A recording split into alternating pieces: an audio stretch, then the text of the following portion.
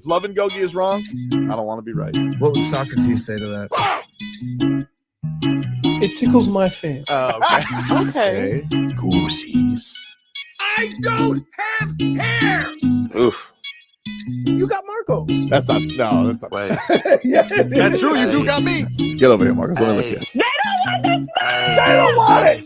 Tobin and Leroy, ready to deploy. Had to hit it with a little journalism, but that was a decoy. Better have about me, boy. Okay, Leroy and Tobin, hold to the show, man. Still in the sauce with the show, and till then his half moon open. Sometimes go taste like a snowman. No proof I'm alive by the motor. No proof. Like I always wanted him, I never hated him, I never traded him, and if I did, I never ever traded him. You know what is a star? Like under the city, the driver's side floor. Wish I could large, so many more. 10 in the more, never a bar. 8, 10 in the more, 2 to the P. Nothing to you, but it's something to me. Handsome as ever and cute as can be. You can watch us on YouTube and view it for free. Ay. This one time for the Twitch. This one time for the text. This one time for the phone line. Whole time wonder what they gonna do next. You know, I just wish you guys would stop the quibbling. Morning, everybody. Tobin and Leroy here with you. 560 WQAM. Hello, Leroy. I am repaired. Dude, it is. Wow. Look at that. I was worried about you yesterday. I was worried about you. Hey, Marcos, I had a Popeye arm. Man, that thing looks swollen. Yeah. So, okay, what was the final verdict? What was it officially? I don't know. Poison. No. Yeah. What's going So on? I had a bump. I thought it was like a hair bump or something. I popped it. I was keeping it clean or whatever. You know, all the stuff you're supposed to do. Got up yesterday and I couldn't bend my arm. And I'm like, what is wrong with my arm? And I'm like, oh, you know what I did? So when you have it, you have to keep it moist so everything can have a place to leave, right? So if it's an infection or something, it can get out. Well, it had a scab. So that means everything stayed in and went into my arm. My arm swelled up and it was hurting. So I had to go. I don't like that. I had to go. Did you watch what? Wait. Ooh. Yeah. Did you watch it get cut? I can't. You idiot. What? Look at your elbow. All right. Okay, and that's why they cut, and that's how you gonna hold your elbow? Well, I thought that you were like drained from here, so I thought you would get a little peeky. No, it's right here. So they drained you from the elbow? Yeah, so I was like this. Mm. I couldn't see. I could feel it though. Okay. All right. First, they give you a whole bunch of shots to like numb it up. Yep. But then sometimes where they dig, they ain't putting no shot there. I don't like you just saying the word dig. And know? you go, Dig it to your elbow? I went, oh, and she goes, well, I couldn't numb everything because I didn't know where this was going to lead me. This is no accountability to begin with. Also, it was a lady nurse training you. Yeah, with something I've never seen. Uh-oh. The cut-off scrubs. What's that? What? She had like the cut-off scrubs. Oh, okay. All right. Yeah, So not arms cut up. They weren't cut off, but that's how they made sleep. Let me put sleeveless scrubs. Yeah, when you said cut off, I was like, where? Yeah. Wow, crop top scrubs. Walking around like with some Lululemon scrubs? Sleeveless scrubs. Gotcha. All right. Right. That's so Please so it hurt for a second. I'm on some antibiotics, but I feel much better today. My arm is working. Had me worried, dude. Had me worried. It looked like you had gotten bit by some kind of tarantula. I showed him. He goes, hey, man, do you need to be here? Do you need? I'm like, yeah. That was scary, dude. It really looked very swollen on camera, so I can imagine. And I'm like, no. And I just went to the little, not the hospital, but like the little middle, the little Urgent care? Yeah. Urgent care. And I was in and out of there in 40 minutes. I would have done it for cheaper. No, yeah, with what? Dude, every time they use one of them tools, they open up the package or whatever. I don't got time for you to go in your kitchen and get something sharp. Marco's going to sterilize it with his watch fire. Yeah, hey, if you grew up in the hood, nobody would go to the hospital. You had a grandma or aunt who worked in the periphery of a hospital that, oh yeah, I can take care of that. They had some remedies. Oh my goodness. Crazy. All right. My grandmother was a nurse and she did not play. No. That's not what you need, right? Yeah. So the headlines here are brought to you by Doral Kia. Doral Kia, choose from over 500 new Kia models in inventory. The Sportage, Sorento, and Telluride. Remember, when it comes to Kia, the great deals are at Doral Kia, one of the great sports days in America. Pitchers and catchers report today. Old Jupiter welcomes in the fish. I mean, let's be clear. What? Okay. It's a great day for some. But the Miami Marlins are like a hurricane. Every time their season starts, we all are in the cone of uncertainty. Right? Oh, there's a certainty. Like we go get a direct hit. No, there's a certainty. They're gonna suck. No, there is a certainty about that. They are going to be young, and the only other certainty is as soon as Sandman throws 100 miles an hour, Peter Bendix is going to be on the line like, did you see that? What are we going to trade him for? My problem is, Mr. Sherman, we can make a deal. Here's my problem with the Marlins, and tell me if you agree with me. It doesn't matter who's in control. Every time in the previous 15 years that we've traded a star, Yep. we've gotten garbage in return. The only time you didn't, honestly, or I don't want to say the only time you didn't, because they gave up Zach Gallen, they got Jazz Chisholm. Jazz was good. And then he got too good, and then he got too good, and now Agustin Ramirez. So maybe he'll turn out to be a thing, dude. I don't know. I was reading it. I was like, pitchers and catchers report today, and I thought to myself, can I name a Marlins catcher? Are we going out there? I don't think so. Okay. I don't think so. I haven't been asked. I'm a big fan of checking. Like, first of all, the one thing that you guys do you want to go out there? Like that. I think that's the question. Is do you want to go out there? Who do you want to talk to other than Sandman? I don't know. Yeah, that's true. But here's the deal. I don't think people understand. There are more players at baseball in a baseball training camp, right, than are on a football team. It's crazy. Like it looks like a Walmart out there because there's a lot of them all day. And a lot of it's funny because a lot of these, it's one of these things that baseball has really tried to almost shave down because they feel like it's not a necessity because you have so few players who are actually going to be good that there was like a huge thought of like, is the minor league is going to get tented up? Like, are they going to even get rid? Because you got these in small towns all over the place. It is fun going to minor league baseball. Like if you just want like a cheap family night out, that's an entertaining time. But no, you're not kidding. There's a ton, and they're all wearing Marlins jerseys, and then quite frankly, you can't tell who's who. Nope. Right now, and I guess what Marcos, I was told, it goes by the jersey you're wearing. Marcos, are you still trying to figure out a Marlins catcher? Yeah, no, for sure. For the past, I really can't find one. But I think you have to be right in that sense in regards to like, you can't have these minor league games because you're seriously banking off of this farm system because it's like 1 in a million. It has to be for those small town teams or small towns that don't have major sports that are just like, the good old sport of baseball. And I mean, you've mentioned it's a good time to take your kids. It is a good time. It is a good time. The only reason those things exist because like who even does the farm system? Well, that's why like the St. Lucie Mets wanted Tebow back in the day, get people out to the park. But like no, there's like some small minor league owner like Bubba Watson owns one of the Marlins teams. He owns the Pensacola Wahoos. Agustin Ramirez. Yep, the Marlins catcher. That's like the best guys they supposedly got out of the Jazz Chisholm deal. He hits dingers, but unfortunately, as I've read up for him for 5 minutes before today's show, because I was like, who is a Marlins catcher other than Forte? I know Fortes, but everybody wants to get rid of him because he stinks. But I was like, oh, all right, Agustin Ramirez. What's up with him? And they're like, now the thing about him is he's a catcher who can't catch because he had a lot of pass balls last year. So, in other words, he'll be a first baseman in a year or so. That's what everybody thinks. First baseman, DH. Okay.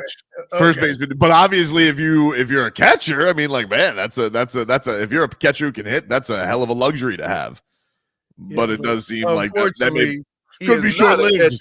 He is not a catcher who can hit. He's a hitter that can't catch. Didstop says, are you saying his first name? I think it's Agustin Ramirez. Agustin. I think that, I don't know. What do you want me to put some flair on it? Agustin? Why don't you hit a home run before if you? It's August, it's August. So it's not August.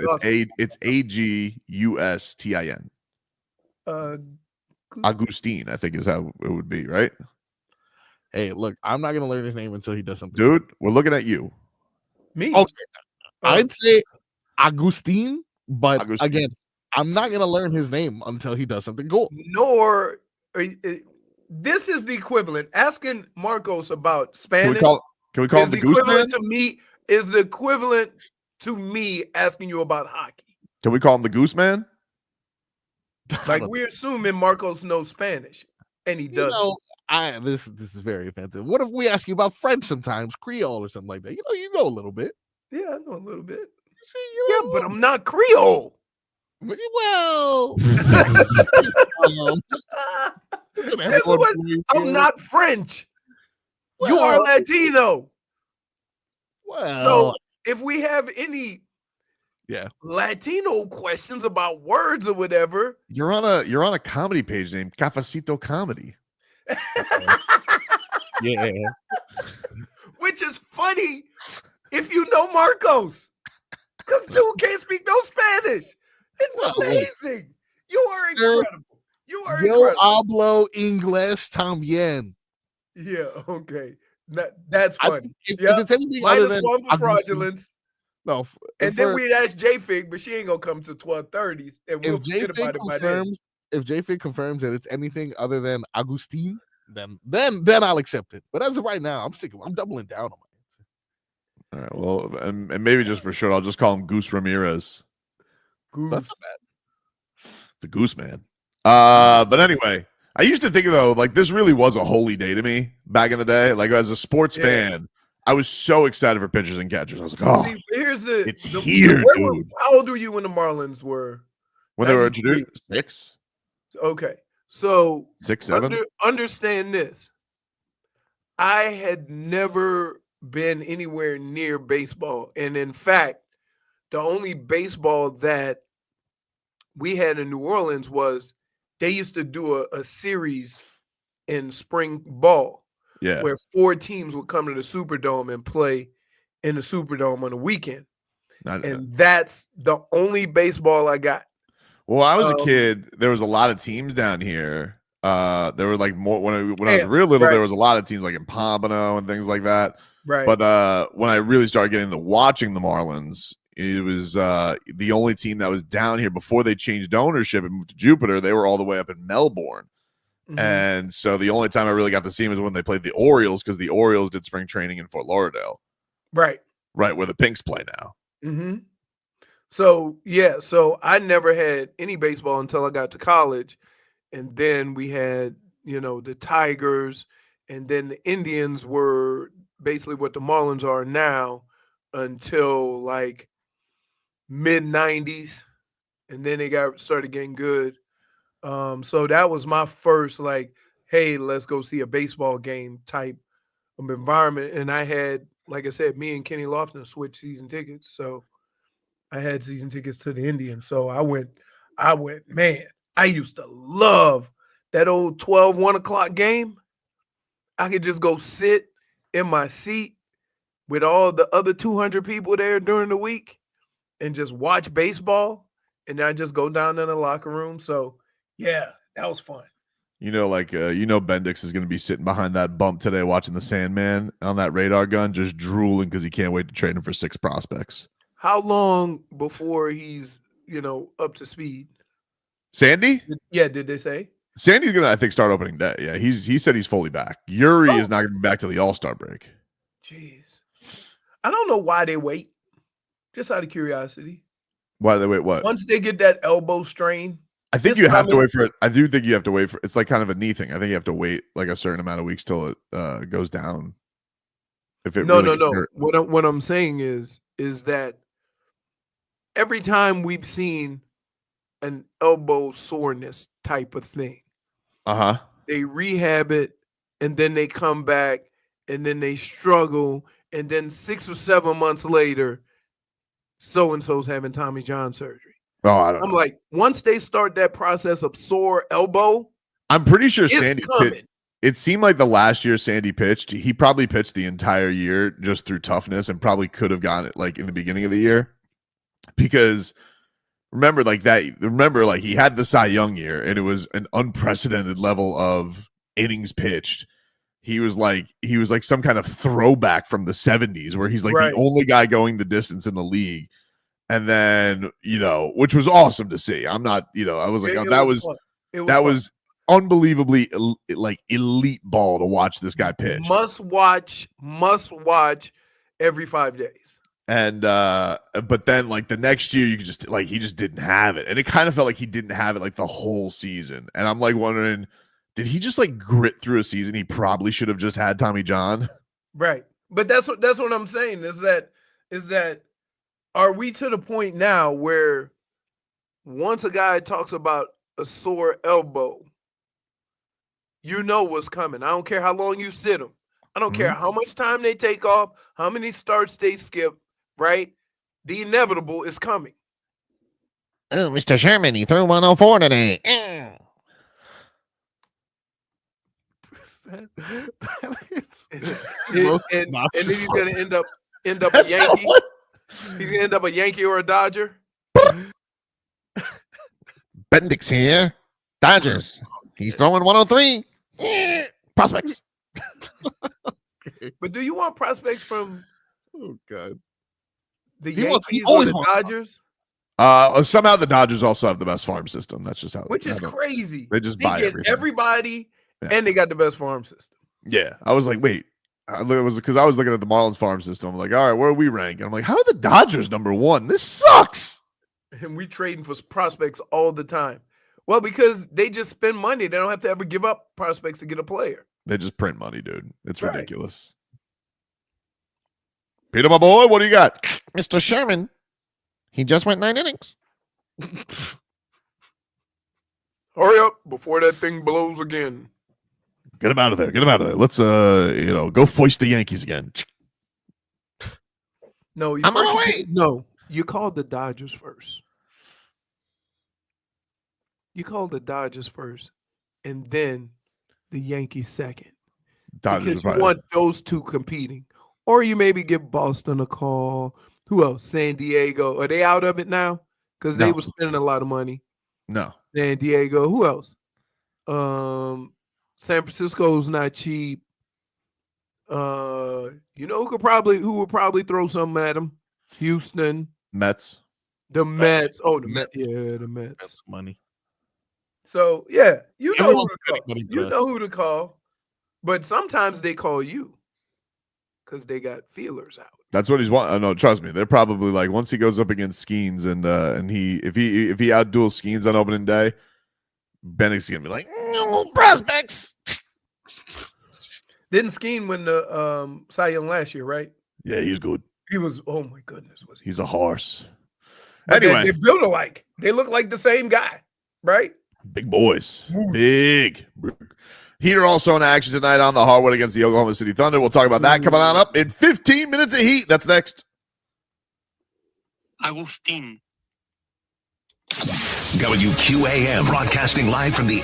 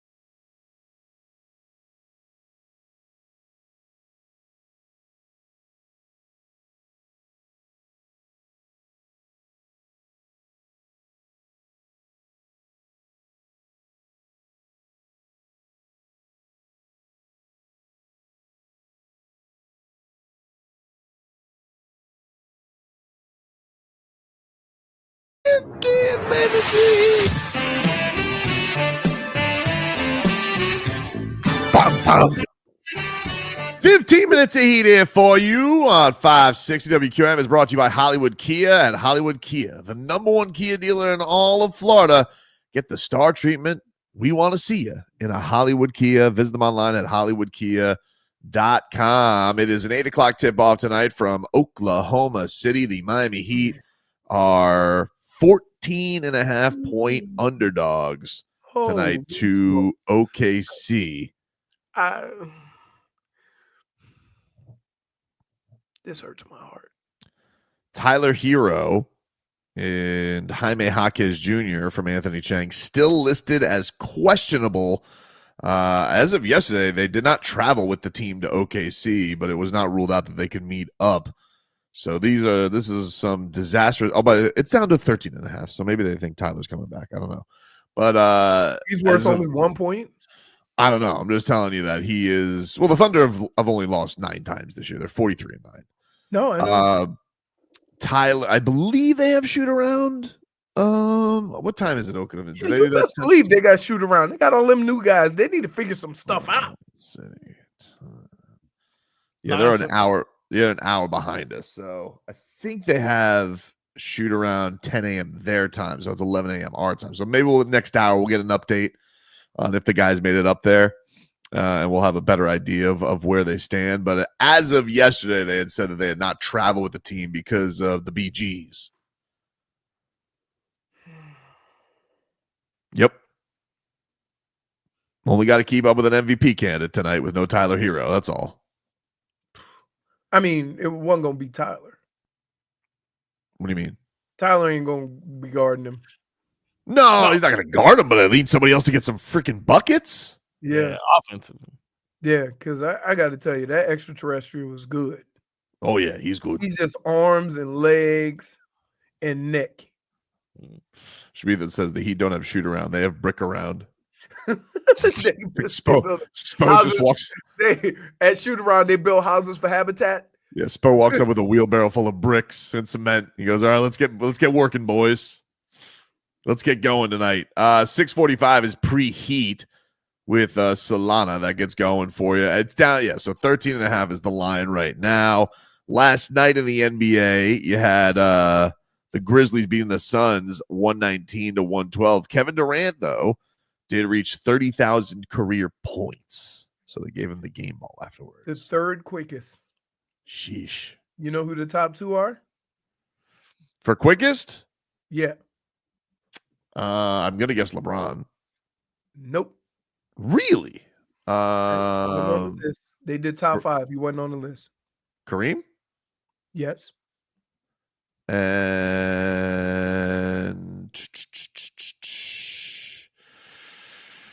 Wilt? Actually, it was Wilt, not Kareem. Sorry. Oh, my bad. And you're missing number 2. Who was number 2? Jordan. Oh, he was good. Yeah. I want to say Wilt did it in 941 games. Jordan did it in 960. And Kareem and KD did it in 1101. Ooh. That's did you crazy, guys see right? You guys see Embiid blow it last night? Blow? What did he do? No, but I'm glad to hear that. Yeah, he had a terrible turnover late in the game where and just like fumbled the ball. Like he had the ball like top of the key. They're like, all right, big fella, do what you're gonna do. And just like he starts driving towards the rim and goes, whoop, whoop, whoop, whoop, whoop. Lost the basketball. It was great. They all started booing him. Did he try to pretend like he was fouled? You know him. He's just clumsy, trying to like look like he's falling all over the place, but you know. It's hard to be a fluid 7-footer, which is why, like, when you look at Kalel and you look at KD and you look at all these, and even Jovic looks awkward, but right, he doesn't move fast enough to get into some of the positions that the other guys get into. Yeah, I get you. Yeah, I mean, like Kalel definitely has a fluidity and a prettiness to his game offensively that I think is going to be really fun to watch develop. Be fun, especially, if Erik Spoelstra, goes back to tall time and we can have some fun, baby. Maybe you want to do that against this team, Spo. I don't know, one of the biggest teams in the league. That's just me. I don't know. I'm just, spitballing here. What do I know? I'm not a basketball savant. I've had the hardest time with Spo this year, right? With some of the decisions he's made. And then, like I said, I don't know more than him. I'm not claiming to. But this just seems like a period in time where some of your young guys should be developing on the fly, because once your team becomes young, you ain't got time to baby them into it. You need, teachable moments and stuff like that, to where, look, you're going to be playing 30 minutes. This is what you need to do. And Kalel going from 30 minutes to 12 minutes to 15 minutes to 20. Like, some people have a hard time of handling that. And Spo makes it sound like if you play for the Heat, it's part of the deal. You got to just know how to handle it. Everybody's not good at that. I'm curious to see if Tyler does play tonight or he doesn't play tonight. Is Spo going to go with that same lineup to start the game, or is he going to maybe insert Duncan Robinson, to give him a little bit more juice on the spacing? You need a drive and a kick, right?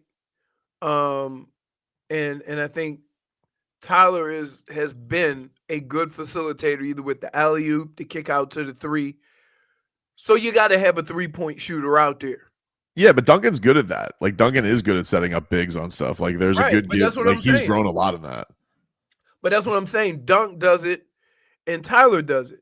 Like, Burks isn't going to do that. Burks is strictly going to be out there shooting. Right. Even though I know, like, Alec Burks' net rating with the Heat is very, very good this year. It's not really a shot at him. I'm just curious. Like, I don't know. It just feels like Duncan Robinson gets lost in the shuffle and all this with the Heat. Is Haywood Highsmith going to get benched again? Like, Spo really leaned into the new guys the last game. The dunks thing is crazy to me. Like, a guy who got to 500 threes quicker than anybody in the history of the NBA is having a hard time finding time on a team that can't score. Yep. That's make it make sense. It makes no sense. Right. Make it make sense. Davion Mitchell, somebody asked early in the chat, is he any good at scoring? He'll tell you, very underrated at scoring. He's not he doesn't feel like he gets the respect he deserves. Here was Davion Mitchell after the game. Yeah, I mean, I think that being in the NBA, you kind of get this tag when you really good defensively and you had bad stretches offensively and where you was before, and now it's like, oh, he can't play offense. I think I'm a really good playmaker. I've shown it before, even when I was with the Kings, but it is what it is. I feel like I can make plays. I can get by my man. I can make layups.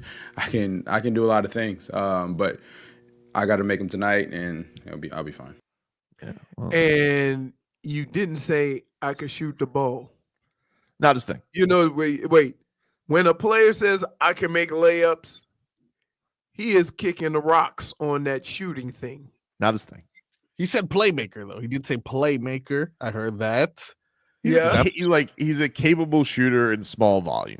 Like, he doesn't take a lot of threes. He takes under three attempts a game. Like, he doesn't shoot the ball very much. That's not his thing. He's a defensive guard. That's what he's there for. He did have a career high in assists, and he did a good job in the early goings, especially with his new team, like setting guys up. I thought his minutes were pretty encouraging. I would say out of all the guys, out of Wiggins, certainly Kyle Anderson, and Davion, like, who had the best debut? I would probably say Davion Mitchell had the best debut out of everybody. I mean, because old Kyle is moving in slow motion. That's the way he does. That's the way he does things. They call him slow-mo. Right? Him and Kalel can jog down together. I want this game. When I look across at OKC and I say, whoo, they're big. I want us to look big too. Do what you got to do, Spo. Right. He's not gonna do it. Take a break. Back with more for this.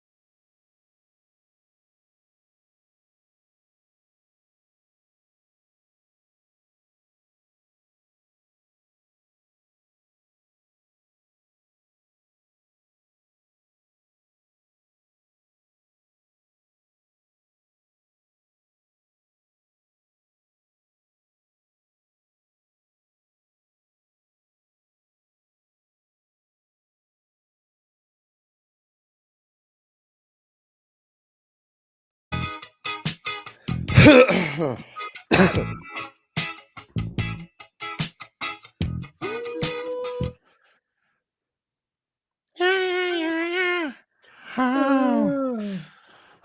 back, everybody.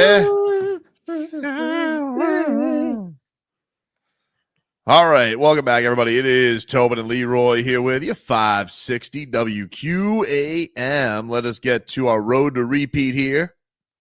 Brought to us by our friends over at Celsius. Hockey fans, don't sit this one out. When it's game time, make Celsius a part of your play and get that energy up. Game day is fueled by Celsius Essential Energy Drinks, the official energy drink of your Florida Panthers. All right, so we got the Four Nations face-off beginning tonight. It's on TNT for those looking for it. Tonight we got Canada and Sweden going at it at 8 o'clock. 8 o'clock is your puck drop tonight for this big-time national face-off. Let's see. What do we got here?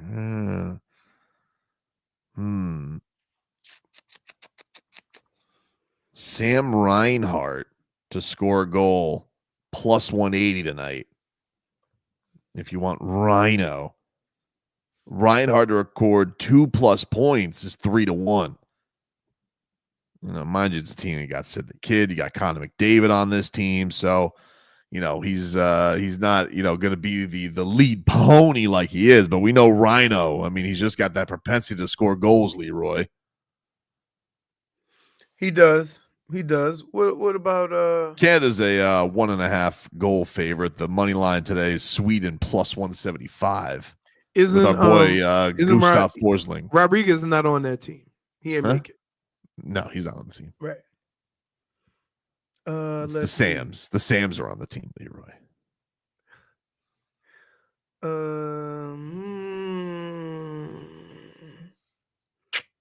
Got to figure Canada's. I mean, like Sweden's got to bring in. You think these games going to be all high scoring because they ain't going to be lighting each other up? I don't know. Maybe that they're lighting each other up more. International rules, like Olympic rules, where you can't. Dude, this is again. You're asking me for. This is the first time I'm going to watch the Four Nations, dude. I don't know. You do this all the time, though, dude. You play these. Well, what is the playing style, Tobes, of the Four Nations? I don't know. So you're lashing out. No, I'm not lashing out. It's a ridiculous question for him to ask. It's a reasonable question. It's not a reasonable question to ask me. You asked Marcos how to pronounce a name. Yeah, and I was right. Speak a damn bit of Spanish. I'm one. Oh yeah, pronunciation and playing style of a tournament. That's the same. That's the same. I'm just assuming an international thing. They do it more Olympic rules. Then assume it. Don't ask me. So there won't be a lot of fights and stuff. Just assume. You'd be like, you know what? Do it like this. Do this. Be like, you know, Tobes, I assume that it's going to be a lot like the Olympics since it's that international style. I'd be like, I can't tell you any differently, Leroy. Okay. If I did, I would say wrong. But how can I counter it? I don't know. Can we get back to our discussion, you idiot? Hold on one second. So the reason why I asked is because if they're playing those rules, maybe to give you a better idea of who's gonna score, because it might be a free-for-all with the scoring, since it won't be as physical. Nah, it's NHL rules. Is it? Yeah, it was a valid question. That's what I was saying, but it's NHL rules with a modified point system apparently. Each team will play once, round robin style. Regulation winners will receive 3 points. Overtime shootout winners receive 2 points. Overtime shooters receive 1 point. Regulation losses receive 0 points. All right. So that means that there are going to be some fools in the penalty box. That means that we should all apologize. You think that there's going to be, even if it wasn't international rules, you don't think Kachuk's going to do whatever he wants? No, because he's going to cause an international incident is what he's going to do. When these guys play in the Olympics, they don't have a whole bunch of fighting. How many Olympic hockey games you watched, dude, since Miracle on Ice? Be honest. Be honest, Posh. Be honest. I watched the medal games. Okay, dude. Well, let me tell you something. I don't know. Why are we making hockey assumptions? I'm just telling you what the lines are for tonight, and you're sitting here trying to deduce. Huh? Zero. And I've claimed to not watch any. I'm not saying, but you just keep doing the intangibles thing where you throw it in my face and you're like, oh, he's got to know intangibles. Marcos, why is he so mean to me? He's why aggressive. So mean? He's aggressive today. You do this every show. Every show. I'm just here. And somehow you come out when with you bring up a topic, I'm figuring if I need answer to said topic, I will ask the person who brought up the topic. I just brought up the betting lines. I just brought up the betting lines. Right. And I was trying to get in on it by saying, do you think it's a lot like the they're Olympics? If they're playing wide open hockey, then yeah, I could see Carter. I mean, could see who did you say? Verhaeghe? No, not Verhaeghe. Reinhardt. I could see Reinhardt scoring, right? But Reinhardt scores. They're playing NHL rules. If it's wide open, not wide open, Reinhardt scores. He scores. He's one of the best scorers in the league.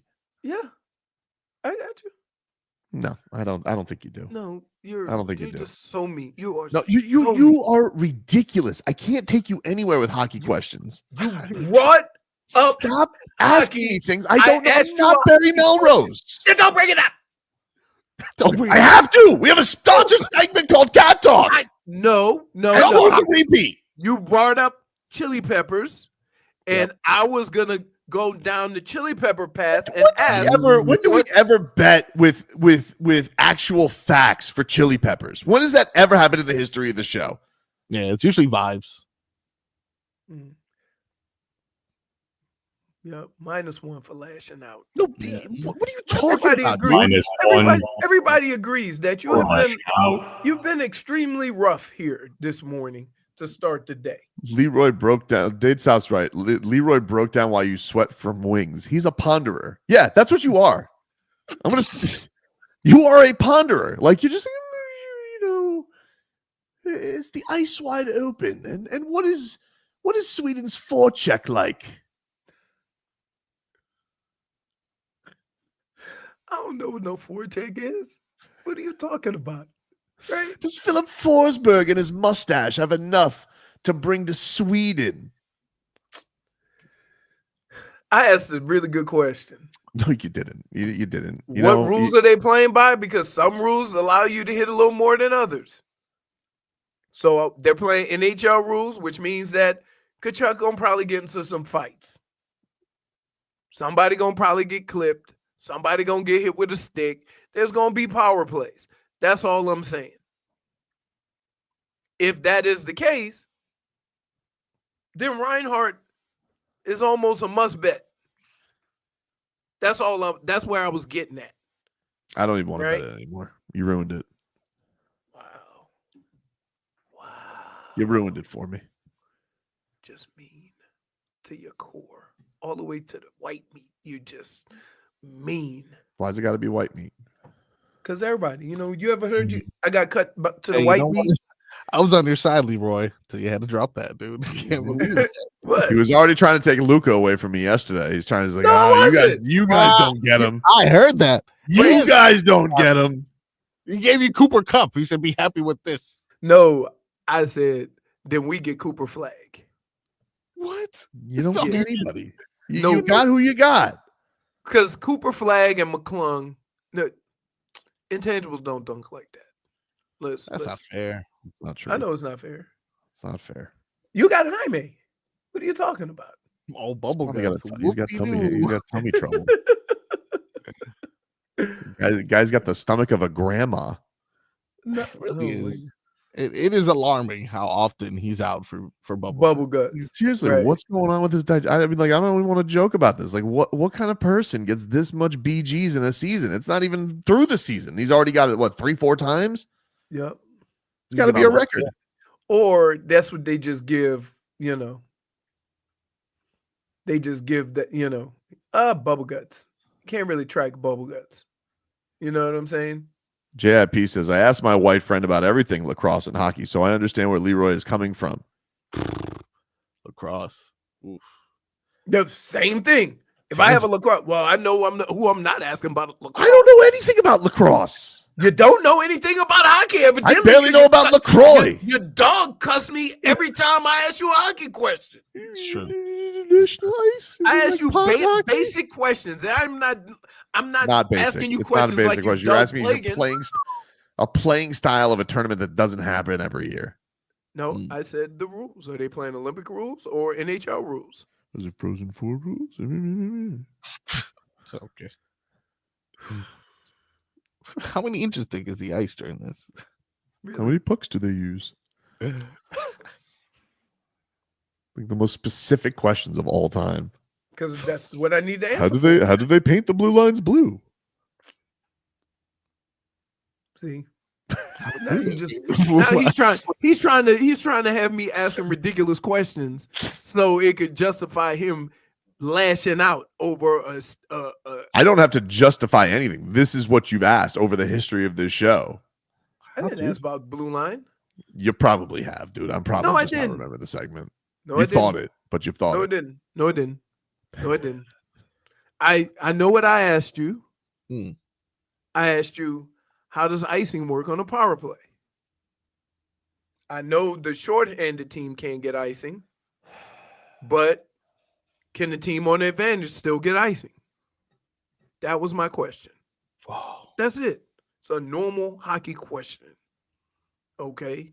Don't be mad because you're wearing a Panthers hat and I exposed you for knowing zero hockey.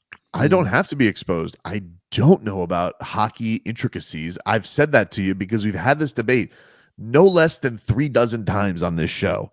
And now you're not, I don't know. Google? David Dwork, you want me to give you his number? I'm gonna start getting the bat phone. Like, just call David anytime we got a question mark. Just be like, burp, burp. Dave, we got a question. Man, I'm looking at this video of them painting the ice. This is just blowing my mind. Dave South says, what would be the question Tobin could ask Leroy to get him mad like this? Oh, should we sign Deebo Samuel? He was By the way, you guys, Joe Rose, he took that and ran today. He loved it. Whoa. Big dog. Leroy was very angry. Yeah.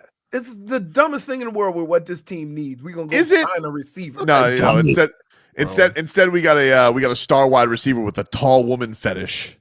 Great. Not to kink shame.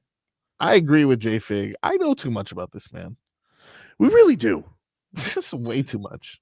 Do you ever think, like, in a deposition, they're like, "Man, that was too honest." Like, what was Tyreek? Maybe lie a little bit. Strange. You know how it is. Listen, Tyreek like, is one of those people that when they're winning and he talks, it's cute, and when they're losing and he talks, it's annoying. That's just the way it is, right? We'll take a break. I apologize for the lashing out. That's for sure. Until you lash out in the next hour. Yeah, when you get the cat dog. I'm Shannon Crow.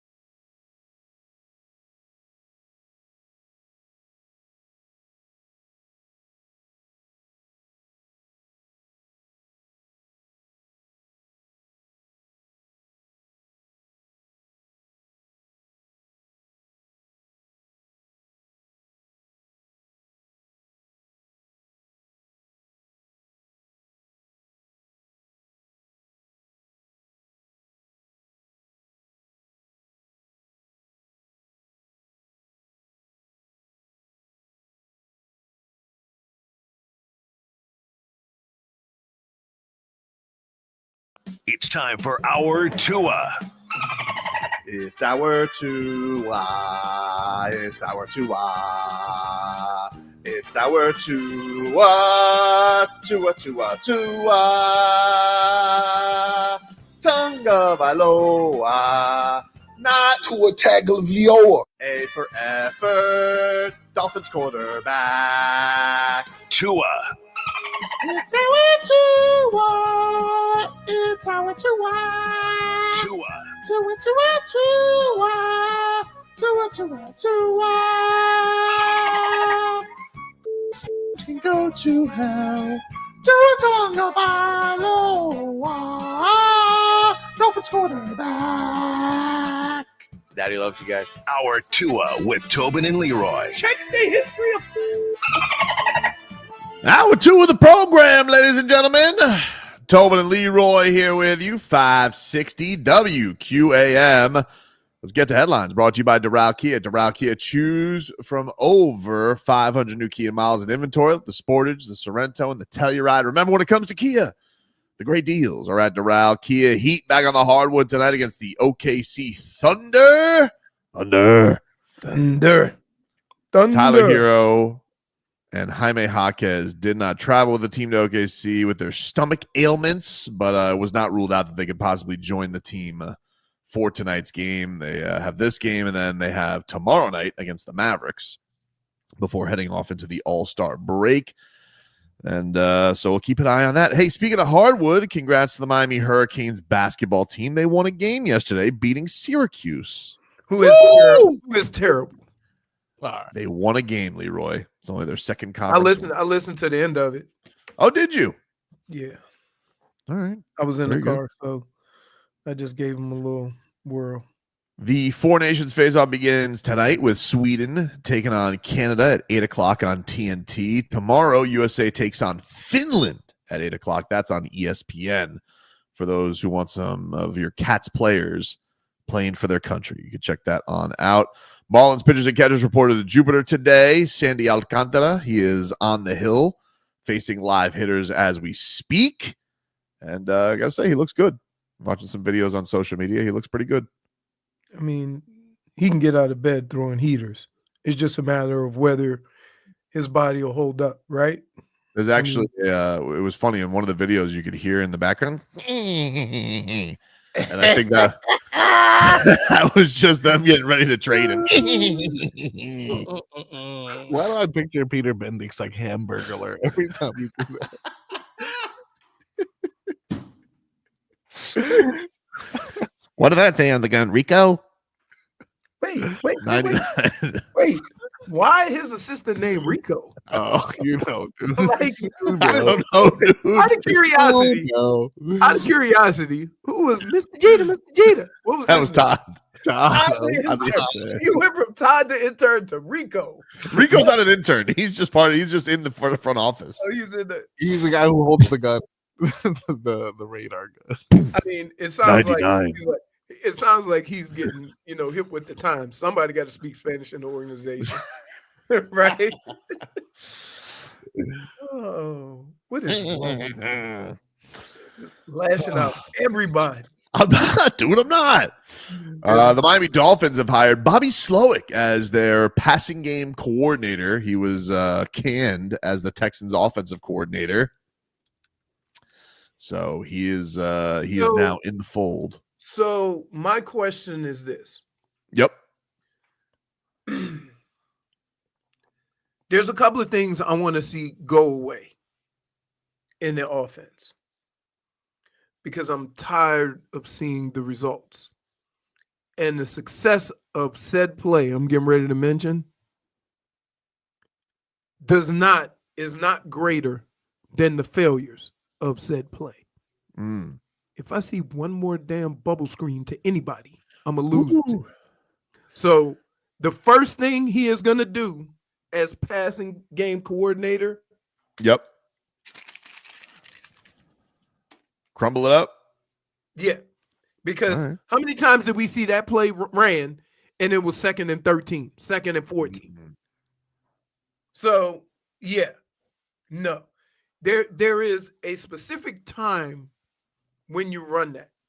One of the reasons why it worked the year before, and people don't understand this, is that they were playing off so much on Tyreek Hill and Jalen Waddle because they didn't want to get beat deep because Tyreek was killing them down the field. So he didn't get any press coverage. So then you run that bubble screen and you can get blockers down the field on those guys. This year they played a little tighter. So when the bubble screen was thrown, there's a guy who's guarding him who chases him back there. So yeah, let's do away with that. We'll see. We'll see. I know that Dade South is saying that there is some buzz that this may mean Mike McDaniel is giving up play calling. We'll see. Here, can I clarify this? Yeah, you can. Giving up play calling. Giving up play calling or calling plays is no big deal. Here's why. In your preparation during the week, as a unit, the offensive coordinator, whoever's going to call the plays, the quarterback, the offensive line coach, they all talk about what plays should work against these said defense. We practice a lot more plays than are on the play sheet during the game. So by the time it gets to the game and the game sheet, and we see what we have, right? Everybody on the offensive side of the ball has an idea of what plays are going to be called in certain situations. So the fact of you may have 5 plays for this situation, 7 plays for this situation, depending on what formations you want to go with. We already know what plays are going to be called. So the fact that one person is voicing that over another person really doesn't matter that much, but people think it does. All the work has already been done. So from that standpoint, when you go from one play caller to another, it really doesn't matter because during the week is when you fix all that. Now in the offseason, I'm more than sure after watching 17 bubble screens for loss, they gonna all come to the conclusion that we ought to let this one go. Yeah, but I think it probably goes to like this. Like you look at what happened with the Eagles last year, like Nick Sirianni gave it up and kind of focused more on just running the team. He gives it over to somebody like Kellen Moore. I understand. So I think if it goes to Bevel, if it goes to Slowik, I don't think it's like Mike McDaniel's input's not going to be there at all. But I do think that very clearly there was running of the team slippage that seemed to happen last year with all this lateness. Maybe he felt like maybe there's a part of Mike McDaniel that feels like it's more important to just be a leader of the team and have an oversee over everything than just the micromanaging of it. I get that could all very well be true, but what I'm trying to avoid is people using that as a reason as to why the offense didn't look as good, right? Who calls the plays on game day, right, is not as important as the plays that you have determined you're going to run during the week. And I don't know whether the offensive coordinator or that guy will help that portion of it. But by the time you get to game day, the passing coordinator and whoever ends up calling the plays, all the stuff that plagued them last year will already be fixed. And the play calling is just an additional thing. So I get what everybody thinks. You say, oh, you can just concentrate on this or concentrate on that. Yeah, but he's an offensive guy, right? And I've heard many a times where we'd be running offense and I'll be standing next to Denny and Denny will say to Brian Billick, hey, let's run the ball more, right?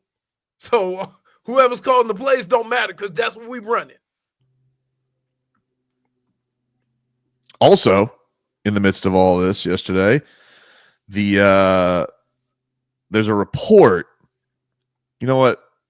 I'm going to take a break because I want to bring this up to Leroy because he hates Aaron Rodgers. So I want to give him some. No, I already Aaron heard, Rodgers. and I'm gonna tell We'll you. take. I'm gonna fight you on this. We will fight with the ridiculousness of what I heard this morning. Okay, we'll see if we're on the same page with that. We'll take a break here on the show. Back with more to this.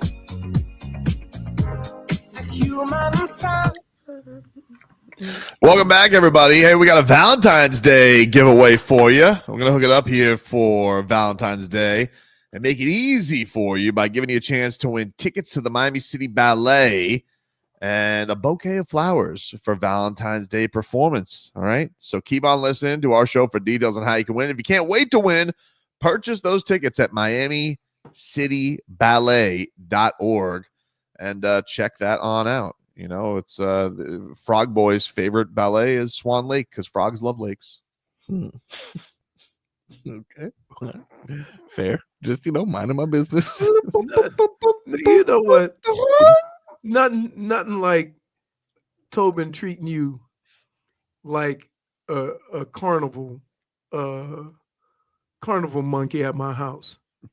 Hey, Marcos, do the tongue thing. In fairness, I missed out on Super Bowl ad. Hold on. In fairness, there was a commercial that had the tongues, and he had said initially, I could have done that. And then I made him do the tongue thing. Yeah. Hey, I was shocked. Skinny Robbie. I know, man, you but mentioned he that. takes it seriously, dude. Like he was taking laps around this isn't Ozempic. He was working for it in the middle of the actual Super Bowl. He's taking laps around the pool. Probably smart. I know, that Ozempic's going to have people grow third eyes out of their head. Oh, for sure. You're gonna there's going to be some ramifications for it down the line. Oh yeah, absolutely. They're like, everybody now is a Cyclops. Skinny though, abs, but their eyes fused together. Did you or someone take Ozempic? I apologize. Class action lawsuit. But I apologize, Frog Boy. I didn't mean to put you on the spot there of doing the tongue thing. And by the way, why everybody want to hold tadpole? Man. Like, I'm like, adorbs. I said, hey man, he doesn't want to be held. Why does everybody think they a baby whisperer? No, my wife thinks she's a baby whisperer, and also like she's just doing this to everybody's baby. She's just like, baby. I gotta tell you, she kidnapped a baby in church. That's an intangible thing. Possible. I can't rule it out. She does love kids. She is. I love kids too. Yeah. At the end of it, though, the baby warmed up to her. Tadpole warmed up, and he was splashing the pool. He was trying to put his feet in. So and she won him over. She's like, nailed it. She's like, you can't run from Mrs. Tobin. She's like, you're gonna like me. Yeah. I did have a weird moment yesterday. Leroy, you may be onto something. I had to bring the boy to the club, to the comedy club yesterday. Did you? Yeah, it was. Who was telling jokey jokes? It was a local show, but unfortunately, I made a scheduling error in which I had a backup guy working it, and he didn't know what to do. So I had to go there with the baby in my arm, and I'm like doing some sound check on the stage. An older woman comes and is like, "Can I free your arms for a second while you do that?" And I was like, "He's not gonna like this." And he basically assaulted her. Yeah, it was like, the old. I mean, if you want to talk about if the group of ages who likes to pick up babies, the old love to pick up a baby. Love to pick up babies. Speaking of the old, I gave him some dap, but that's it. That's it. Speaking of the old, Aaron Rodgers. See, you want to hear? Can I tell the story that I heard this morning? That almost I couldn't even enjoy my bacon and egg sandwich that Mima made. It started tasting bad, right? So Greeny says, "Here's what I've been hearing. Because the money situation is not clear between Matthew Stafford and the Rams. The Jets are going to trade for Matthew Stafford, and Aaron Rodgers is going to go to the Rams." Oh, okay. I hadn't heard that. I had heard there's some Giants Stafford buzz. Oh, is it? It might be Giants. You're right. It's the Giants. Matthew Stafford to the Giants. Aaron Rodgers to the Rams. Yeah. Like the lead. Right. And I'm thinking to myself, why would you? Because if you look at how they play very similar as far as how they throw the ball and stuff like that. You know what I mean? They're very creative and wise on how to deliver the ball and whatever. Matthew Stafford and Aaron Rodgers. Aaron Rodgers may be a little better at it, but they're very similar in how they do things. Why on earth would I get a 4-year older version of what I already have? I don't know. I mean, my only answer to that for the Rams would be like, it seems like this McVay gets a little bored, so maybe he wants a new challenge. I don't know. Oh, then he going from high school to the grad program messing with Aaron Rodgers. But I think if the Rams or whatever, if the Giants sweeten the pot on Stafford because he's just like, I'm not gonna pay Stafford anymore, and he gets Rodgers on the cheap skis, I guess that's probably the answer on why they would do it. And why would Stafford go to the Giants? So because contender. My guess would be they don't want to pay the Rams. Don't want to pay him. I would guess the Giants give him a little money boost because I think he's only got like $4 million guaranteed next year or something like that. Yeah. And so I think like they would probably give him like a 2-year deal, pay him oodles of money, and then Aaron Rodgers goes to the Rams on the cheap skis. If I had to guess, that's not what I heard about Aaron Rodgers though. I would say this. 41-year-old Aaron Rodgers ain't going nowhere cheap. But he's hard. It's a Russell Wilson situation, right? Like he's gonna get his money, so he'll probably just go somewhere. He'll get, he's not gonna get an insane amount of money. He'll take the Jets' money and play somewhere for the cheap skis. Okay, that's what I would guess. Yeah, I don't know. That's not what that was the story I was gonna bring up though. Okay, so go ahead. So Diana Rossini of The Athletic reports the New York Jets met with Aaron Rodgers. Aaron Rodgers flew out to New Jersey to meet with the Jets brass. And supposedly the report was they gave him an ultimatum. And that ultimatum was no more appearing on the Pat McAfee show. Whoa. Yup. That was the report. She says, I was told that when Aaron had conversations with Aaron Rodgers about what the future looks like, he says, if you're going to be part of this team, you are going to attend all of training camp and you're not going to do Pat McAfee interviews anymore. They had conversations with him of, if you're going to stay here, here is what we would want it to be. And so this is, to me, Aaron Glenn getting control back. But the word was after that like Aaron Rodgers, Jay Glazer reported, they basically didn't see eye to eye on that, and Aaron Rodgers just like rats off a ship. I mean, because it's so important for him to go on Pat McAfee and say his whatever nonsense comes to his mind, and then Pat McAfee responding, "Whatever you say, Aaron." Punting. You know they pay him for that, right? I'm aware. Yeah. I'm aware they pay him for that. A lot of money. I know. Okay. I'm aware of that. Okay.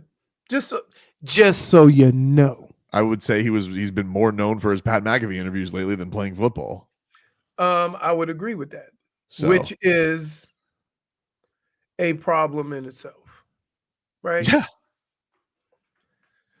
I just think if Aaron Rodgers is engaged and wants engaged with the organization and with the process and wants to play football, he's fine. Mm-hmm. But when was the last time we got the trifecta? Ooh. You see what I mean? The Dolphins game.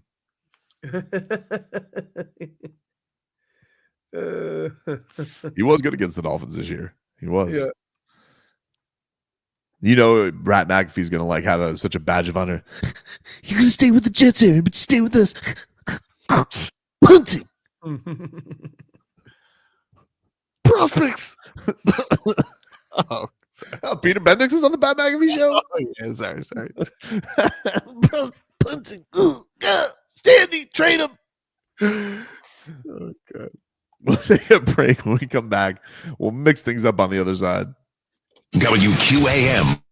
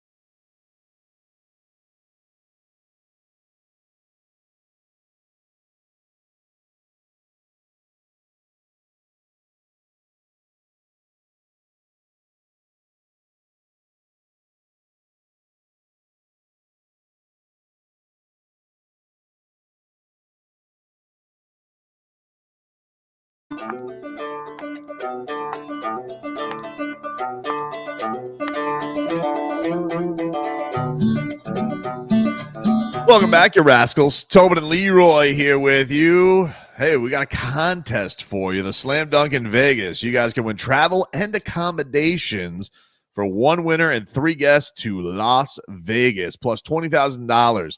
It's easy to enter. Just download the free Odyssey app. You log in or register for an account and listen to WQM or any participating station. You listen for each day for a minimum of 1 hour for your entry, and you can do it every day. The Slam Dunk in Vegas for your chance to win. Listen to WQM on the free Odyssey app. Travel dates are March 17th to the 22nd, 2025. And when in Las Vegas, stay at the Circa Resort and Casino, Las Vegas' premium sports viewing destination, and visit the biggest March hoops party at Stadium Swim. This is a national contest. It is that time of the show. Frog Boy is back. About time. Jesus. I'm going to be a father. Come on. Yeah, about time. You know, responsible. You know who had to do the board to start the show yesterday? Oh, he's aware. That was rough. He's aware. He's aware. Did a great job. And you know, this is all he kept saying. Mm. Ooh, I got access to so many buttons. Oh, he loves. I wish I had more time to explore the buttons. I do wish I had more time to. I do love buttons.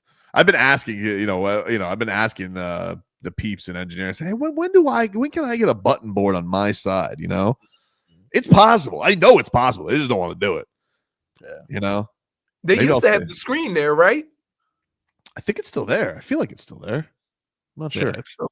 No, it was in the other studio. Whatever, dude. Just give me buttons.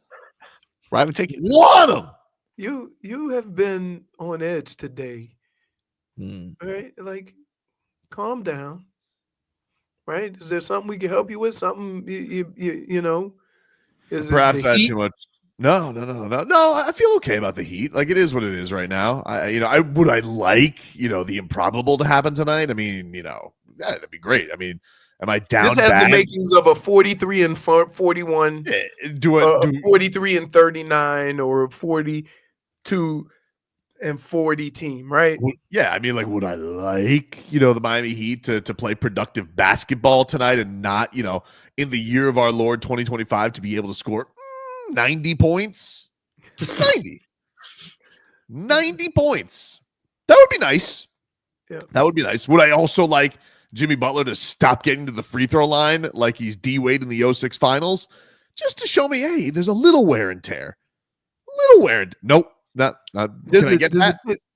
But my question to you is, does it piss you off even more to see him giving maximum effort? It doesn't. Like, it's a weird thing. I told you about this. Like, it pisses me off about the way he broke it off, for sure. And I've struggled with, why am I not more mad? Like, I don't understand that. For a man who claimed to be Pope Petty back in the day in 2014, my run of Petty in 2014 to 18 was something that has not been seen in the likes of this earth. But I don't know. Maybe I've grown. Maybe I've become, softer in my old age. I don't know. I should hate it more. I should hate him more, but I can't bring myself to it, probably because I do think that he's still good. I understand that he's aged, and now he's with, a generational talent in Steph Curry, and, I should be more mad at it. I'm hopeful that, hey, he's had a month off. This is obviously the freshest Jimmy Butler you're going to get. Let's see what he does on a back-to-back against the Rockets.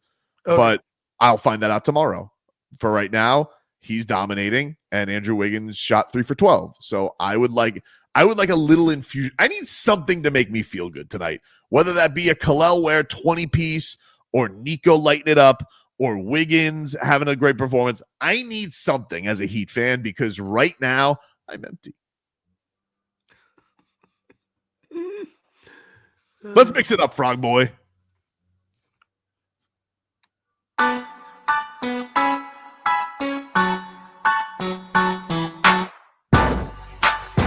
The mixed bag is brought to you by Frog Boy's attendance. He's here. Boink. Boink. What do you got for us today, Marcos? I got some words from former teammates that have now sparked a bit of a quibble amongst Former teammates, former Hall of Famer or future Hall of Famers. I believe one of them could be in yet, though. I know he's at least in consideration. I'm talking about Cam Newton and Steve Smith Sr. Didn't they actually fight? Didn't they actually fight when they were teammates? Didn't Cam Newton get punched in the face by Steve Smith? Or did he punch Josh Norman? It was Josh Norman. He punched Josh Norman? Or did Cam punch Josh Norman? Cam fought Josh Norman. Steve Smith didn't punch Cam Newton? Steve Smith punched a bunch of people. I love Steve Smith. That guy was a dog. He should be in the Hall of Fame just because the amount of success at his size. Yeah. Right? He was a dog for real. Yeah, he should be in the Hall of Fame just so the Hall of Fame committee can avoid them getting punched in the face. I'm looking for punches, Cam Newton. He should be the only guy with a Hall of Fame bust that also has a fist with it. It's like there's his bust, but here's also his fist. It's like this. You mean like Detroit? Yeah, he's the Joe Louis fist. That might be the most incredible thing. Oh, you go down to downtown Detroit and there's a giant fist greeting you. All right, so what is the beef there, Marcos? Oh, look, there is a unspecified report that says, unverified report, I should say, from 8 years ago. Steve Smith cut in 2013 because he punched Cam Newton in the face twice in the locker room after practice. I felt like I heard that story. Okay. I felt like I did hear that story. Right. Okay. Well, it looks like they're going to squabble once again based off of recent comments made by Cam Newton. He was on Radio Row, Super Bowl Radio Row, talking to Travis Hunter. And he made a comment about being the first pick, meaning you are entering a locker room full of losers, which, of course, his former teammate Steve Smith Sr. didn't take very kindly. This was Cam Newton's comments. When I was the first pick, I went into a locker room of losers. How did you handle the pressure of being the top pick? Let's put it in perspective. You're the top pick because what? Where you play? No. You're looking at it from a personal situation. I'm talking about from the professional situation. You're the top pick because that was the worst team in the NFL the year before. For me, I wanted to be the number one pick. You could potentially be the first pick, but bro, you have no way of impacting the game like a quarterback does. You can lock down the number one receiver. You can make impact plays on offense all you want, but it's still not like a quarterback. My issue is when I was the first pick, I went into a locker room of losers. Guys didn't know how to win. Guys didn't know how to prepare. It was a culture shock for me. The games don't mean a lot to a lot of people in the league like you would expect. It's just money. Not everybody has capabilities to be impact players. They're just players. All right. And what did Steve Smith, how did he respond to this? Because those are pretty biting words. Yeah, I'll say for sure. His response came in the version of tweets. He says he started off lightly. 53-man locker room -1 equals 52 losers. Wow, breaking news to 89. In which he continued after sharing some tweets with some fans who were responding. He said, I've never backed down from my words. However, calling the men in the locker room losers isn't slander, it's disrespectful. I disliked a lot of things that happened with my time, but calling men losers is not something he does. He also called out it was a bit much. I mean, I get the full context of it. Keep in mind, you're talking about grown-ass men. Right. Right? Yeah. And I would say this. I lost more games my rookie year than I lost in high school and college put together. Oof. And at no point in time did I think I was in a locker room full of losers.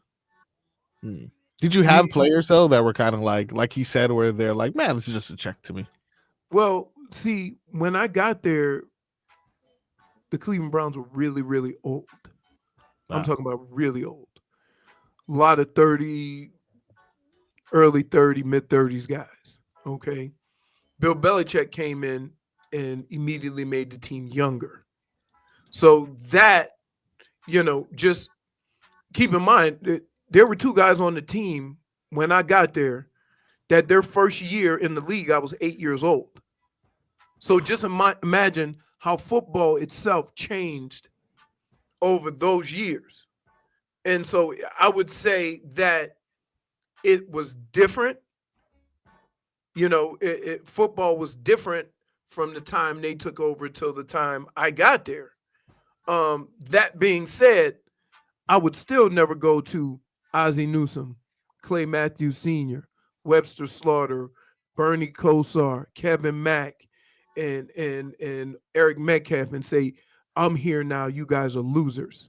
Yep. You see what I mean? So yeah, for sure. So that is the part, and I would also say this. Let's not make it sound like you did a whole bunch of incredible winning, because one of the biggest things with Cam Newton is, you remember in the Super Bowl when he didn't go after that fumble. Of course. And that's, a very infamous moment. Like people. Right. So sometimes when you stand on your pedestal and look down on all the people you went to battle with, they know parts of your story that others don't know. It feels like such terrible advice to give Travis Hunter.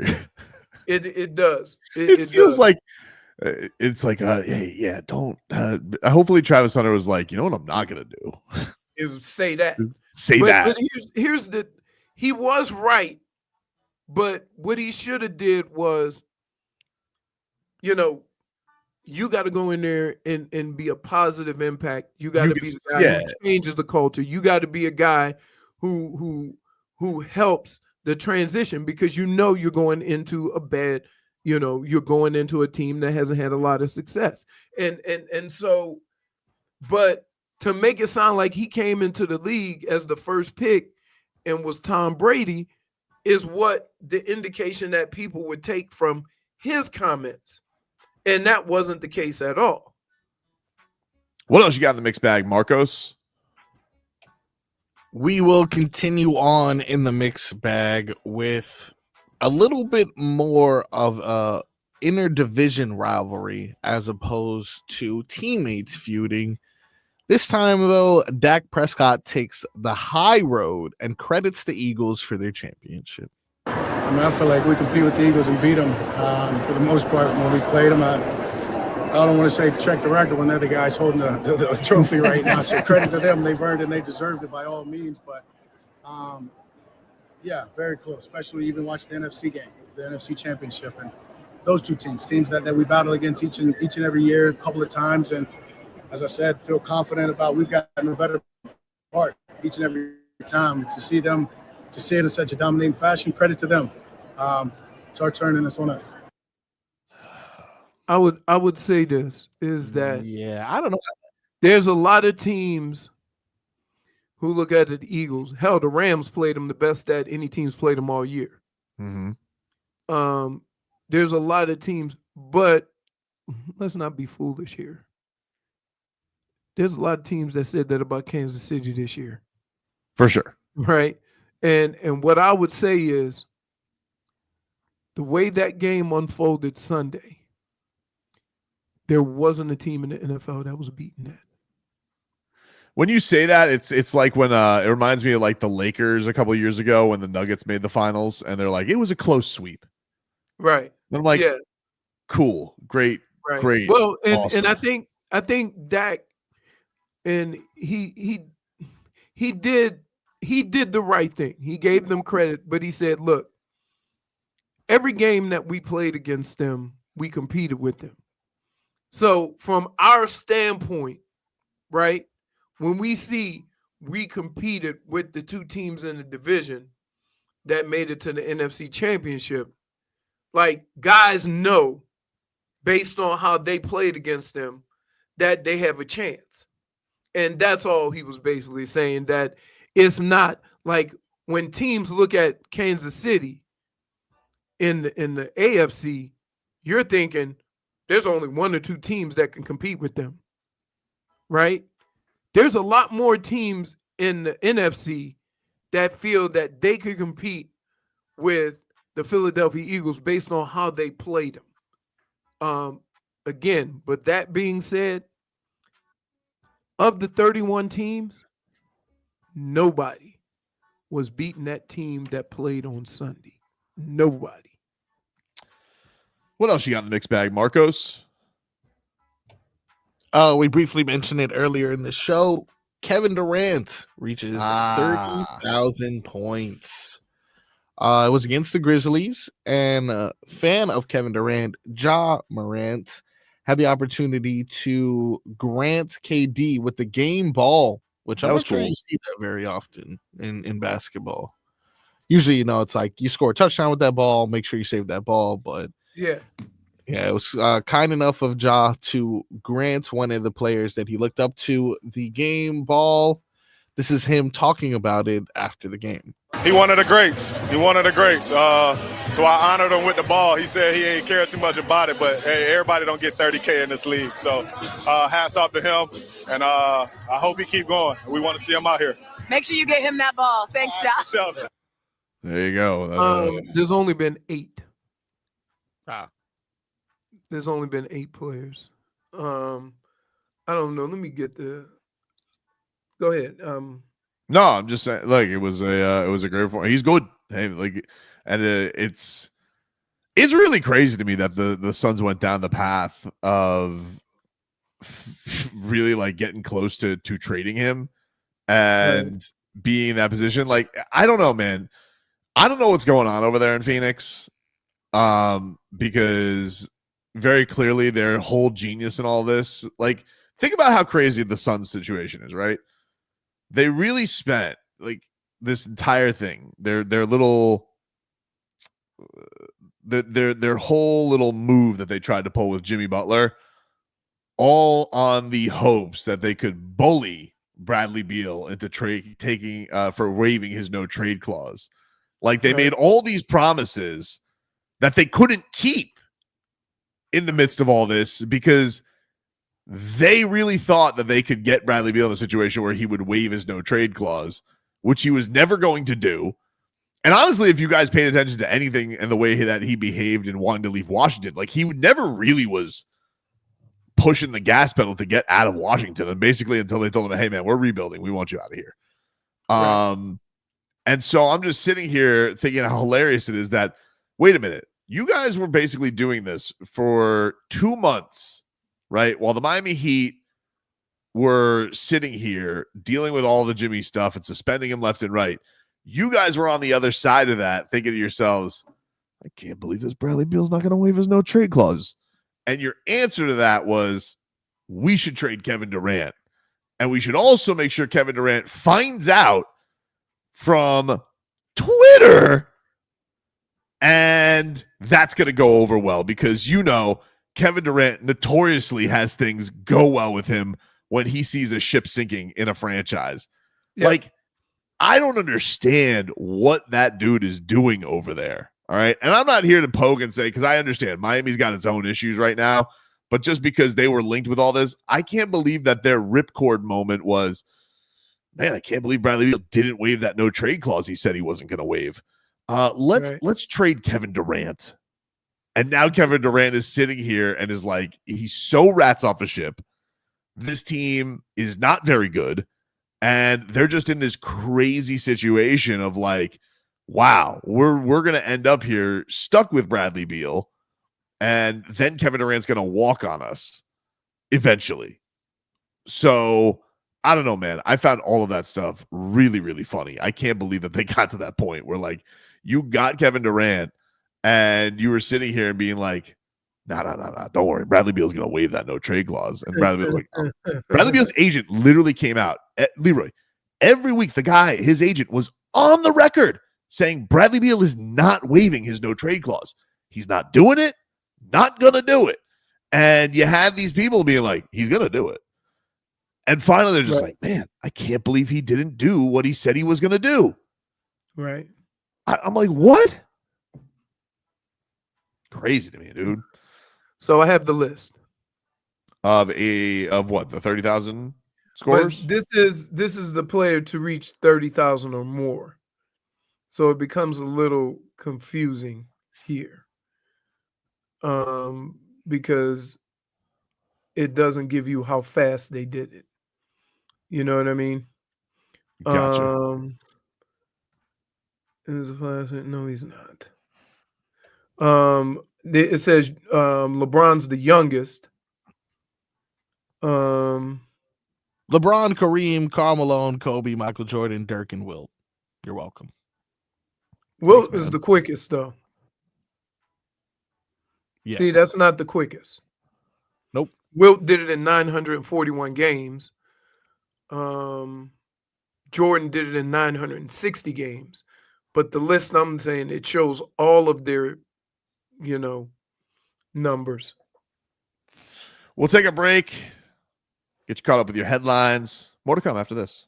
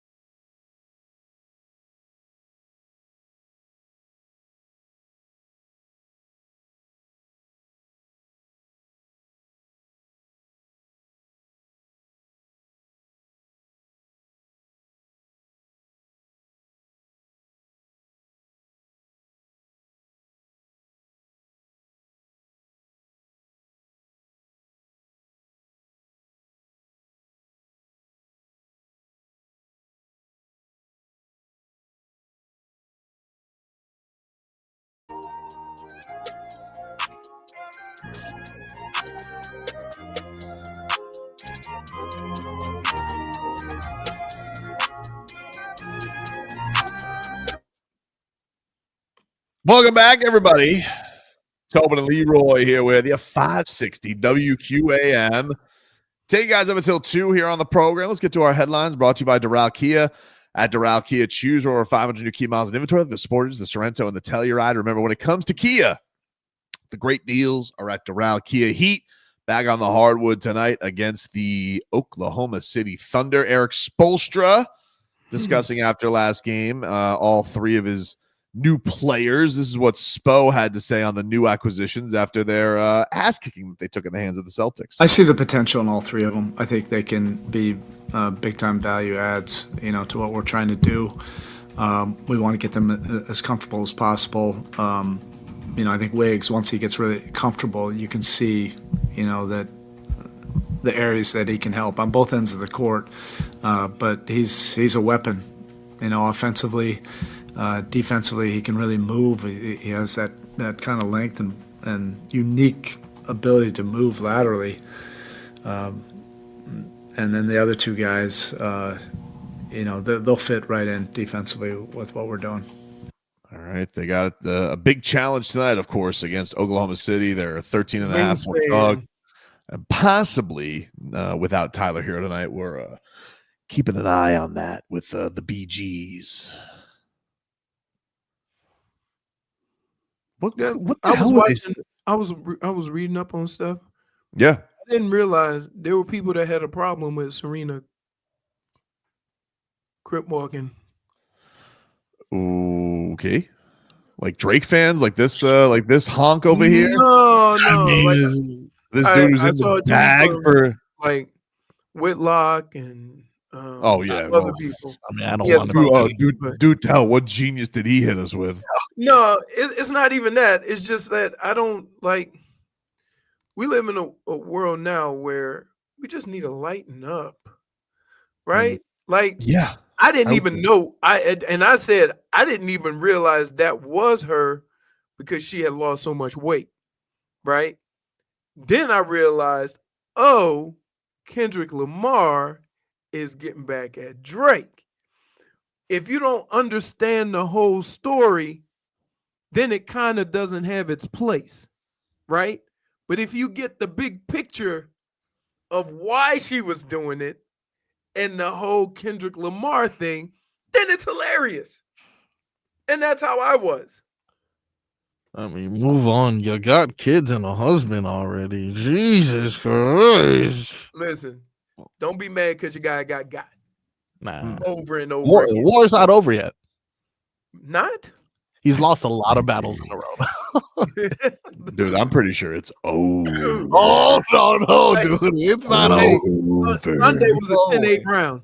Dude, the only person who has been less aware that it's over was Deontay Wilder after he lost to Tyson Fury, being like, my water was poisoned.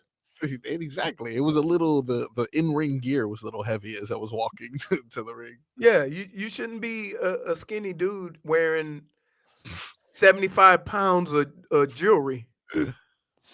J-Fix saying people are mad that she did it while having a man or having a husband. Who cares? Right. That's what I'm like. I'm more than sure she had that conversation. How would you feel?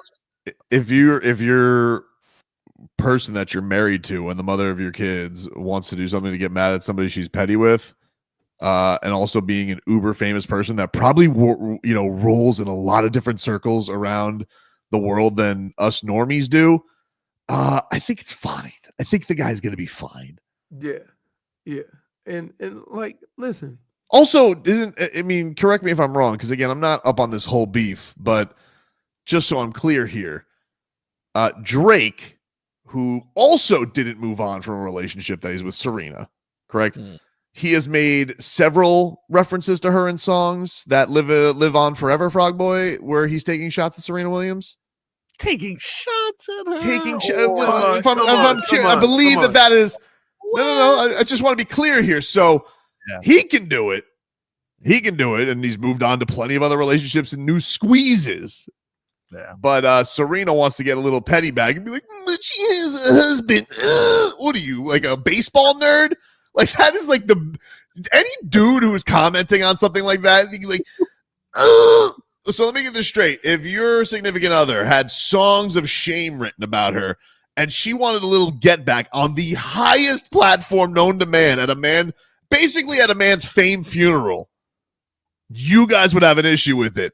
I mean, could you give me the biggest Poindexter nerd take that there is, being like, I am with one of the greatest athletes on the planet, but that shows insecurity to me. Sorry, prospects. Right. What are you talking about? Go look up some VORP, you loser. And to be honest, her husband defended her, so he ain't have a problem with it at all. It's a ridiculous thing. I mean, the comments we have on other people's relationships is wildly hilarious. And the people that we have, Jason Whitlock is the guy we're going to go to because he's a real stud. Yeah, let's hear Jason Whitlock's relationship advice on people rather than Serena Williams, who, I don't know, probably talked about it with her husband. What are we doing in this society? I mean, Christ almighty. Some of you people act like you've never been in a relationship that's been longer than 3 seconds, that has no history or trust whatsoever. Let me tweet about it. Prospects. Like, it's crazy to me. That was my things that we, the things that was my bigger on. point about it is that, listen, if her husband was good with it, and I'm more than sure, this is how that conversation went. Babe, what's up? You know all them songs Drake been writing about me, right? Kendrick Lamar just hollered at me. I got a chance to get a little get back. He's like, get him. Of course, dude. Like the things that I've seen of people judging on 3 seconds of people's relationships. Serena Williams in a marriage, getting back at a famous guy who has been taking digs at her in songs, who Marcos worships. We have problems with that. We have problems with the way Travis Hunter and his relationship goes about. Like the comments that we have, knowing nothing about people's relationships, is insane to me. You are on Twitter. Do yourself a favor, Whitlock or Stephen A. Put your thumbs away on stuff like this. You sound like jackasses. Christ. Prospects. Lord. Like that's what you sound like. The only person that it should matter to is the man she's with. If he ain't got a problem with it, girl, go crip your ass off. Get him. Because I thought, see, when I first saw it, I didn't realize that was Serena. Because I said it. I'm like, that's not Serena. Right? Yeah. I was like, who's grandma? She looked fit. She looked good. Right? So then I wasn't really sure of the relationship and how it tied into Drake. When I found that out, then that 5-second clip became so much more. It became so much more entertaining, right? Because guess what? Marcos, I hate to tell you this. Yeah. Kendrick Lamar got Drake on the side stage too. He said, you want main stage dig? We're going to go ahead on and get you on the side stage too. Dude, imagine having a Super Bowl and dedicating it to Drake. I mean, he didn't dedicate it. Of course he did. The whole thing was about Drake. He spent enough time on it. That's what it should be. The whole thing was about Drake. But hold on. But Marcos, again, you're much more in the weeds of this beef, although very much on the wrong side of it. Oh, no, dude, it's not over. Hold on.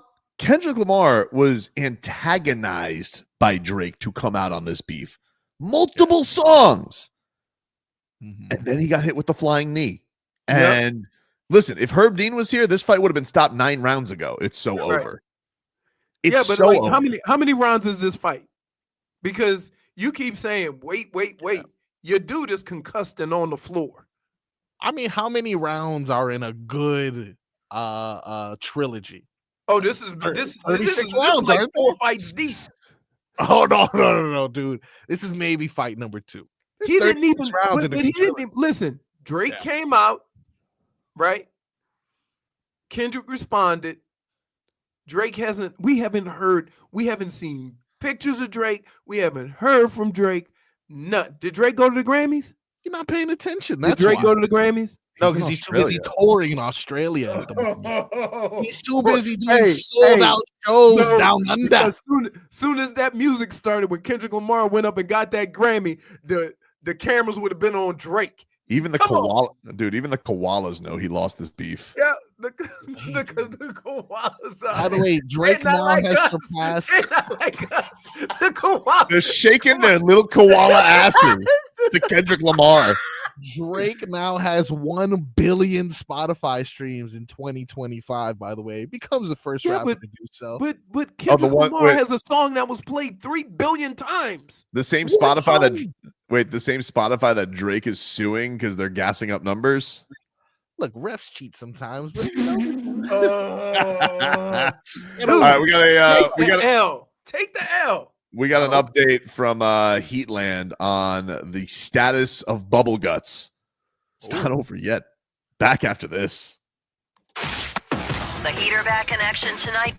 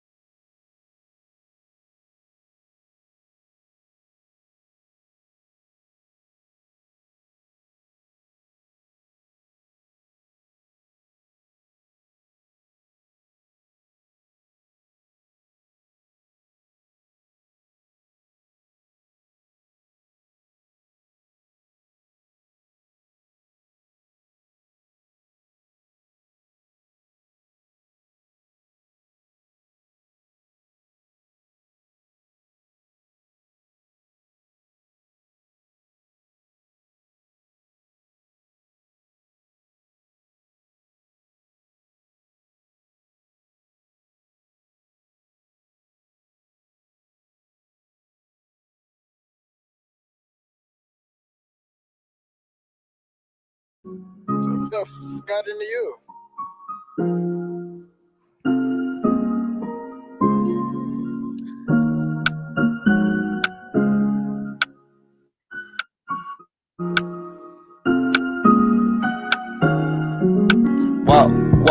Welcome back, everybody. Tobin and Leroy here with you, 560 WQAM. Gets a little cat talk here, brought to us by our friends over at Hollywood Kia, the #1 Kia dealer in all of Florida. Get the star treatment. We want to see you in a Hollywood Kia. Visit them online, hollywoodkia.com. As we've been mentioning, the Cats are on a break. They are on a break for the Four Nations face-off, which begins tonight. Sweden against Canada, and that gets going at 8 o'clock tonight on TNT. Tomorrow, USA and the Kachucks and Bill Zito. I think Bill Zito is going to be as intense as he was during the Stanley Cup final. You remember when Bill Zito was freaking out, throwing the bottles again? I love Bill Zito. Throwing the bottle of water against the wall. Usually the GM is stoic, right? Just you keep it cool, and then they caught him, and they're like, "Hey, it was a very stressful situation." I mean, yeah. I would say this though: I haven't seen an organization in the stretch they have been in the last 3 years be as consistent from top to bottom as they have been, right? Like, I mean, keep in mind, even with the Eagles, you wanted to fire your coach earlier in the year. Well, in fairness, I said something. And you wanted to fire him the first 6 weeks. In fairness, I said it. I took accountability for it, and I apologized before they won the championship. So basically, you're no different than Eagles. I am different. I didn't. No. I apologized once we won round one and got with Paul Maurice's first. I said I apologize. Apparently, he was right. Now I love Paul Maurice. Now we look forward to his conversation. He's the best coach in town right now. He's top dog. I think he's taking it from Spo, quite honestly. Is that crazy to say? Is Spo the best coach in town right now, or is Paul Maurice the best? I'm saying right now, the best coach in town is Paul Maurice. Wait. I would say this. This is not a knock on any coach. But the Florida Panthers have, from top to bottom, the best collection of talent of any team. Totally fair. Totally fair. So if we had, I'm not putting everything that happens on coaching. I am a player guy. I think Jimmy and players Joe's. win. Right. It's not coaching. You can get a little bit better with coaching, but if you have the players, it's going to make coaching look a lot better. And hockey, they treat coaches like underwear. Like, you know what? You've won us 3 Stanley Cups. It's just not vibing for us You go on a weak, bad stretch in hockey, you might not have your job. Paul Maurice isn't going anywhere, though. No way. No way. No. But anyway. Oh, hello, Four Nations Jennifer. Yeah. Four Nations. Yeah, we're talking about the Four Nations face-off. Hey, let's ask Jennifer how to pronounce that name. Four Nations Fig? No. Which one? Agustin Ramirez. Agustin Ramirez. There you go. Look who was correct again. Did you party too hard? Did you party too hard in Christmas land? You sound a little hoarse today. Yeah. I've been hoarse. Did they have eggnog? They did have eggnog, but no, it sounds worse than yesterday. I just got sick. Yeah. Well, that's what happens when you go party in the snow and you're supposed to be here. Your body's not used to that. Rebecca's sick too. Well, you know who I else feel better though. I feel better than yesterday, even though my voice sounds worse. You know who else is sick? So the rampant BGs, Tyler Herro and Jaime Jaquez. This is from Ira Winderman. Tyler Herro and Jaime Jaquez are well enough from their stomach illnesses that they are in flight at the moment to OKC. However, Terry Rozier and Duncan Robinson were away from shoot-around due to the same illness. All 4 are questionable tonight. Ira then did update and said Herro and Jaquez have landed in OKC. So that sounds like they're going to play. See, can I just say something, you bum? What? Because this is Terry Rozier and Jaime Jaquez. They had Terry Rozier and Duncan Robinson. Did I say Jaime Jaquez? Oh, twice? Duncan Robinson. No, you said Duncan Robinson. You said Duncan Robinson. I would say less is more. I believe they are undefeated in games. I'm just saying something you would say. Oh, really? They are undefeated, I believe. I think they're 3-0 without Terry Rozier this year. But they can use dunks. Yeah, of course. But if they do, listen, hold on though. Let's just say this, and of course, I don't wish stomach ailments on anybody. I'm not saying we're just having fun, baby. It's a radio show. But if they were able to beat Oklahoma City tonight without Terry Rozier, things that have to make Spo go, Well, I don't think, and here's what's crazy. It becomes more difficult for me to believe they could do it without the three-point shooting of Duncan. yes, but they will at least have Tyler back.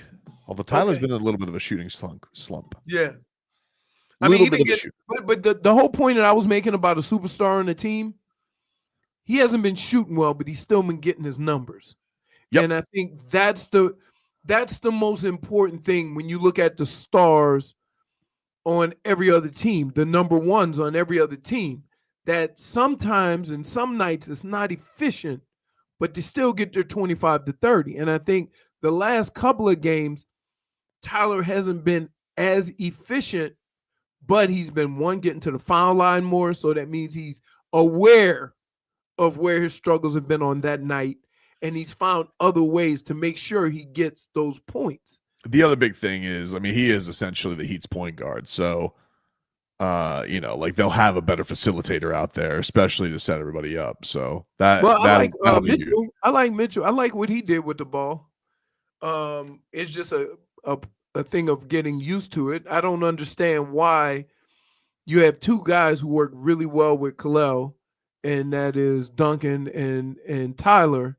And for reasons I still to this day can't explain, what does he have against Duncan? Reading Kenneth, he goes, "Not Tobin, you mean it. You just did the Ricky Bobby with all due respect." With all due respect. That's right. That's what he does. He does that. What did it say? What's the other one? Nothing personal. Okay. Nothing. It really is nothing personal. I have nothing personal against Terry Rozier. I like Terry Rozier. Seems like a nice enough guy. Obviously going through a tough year right now, investigation aside. But,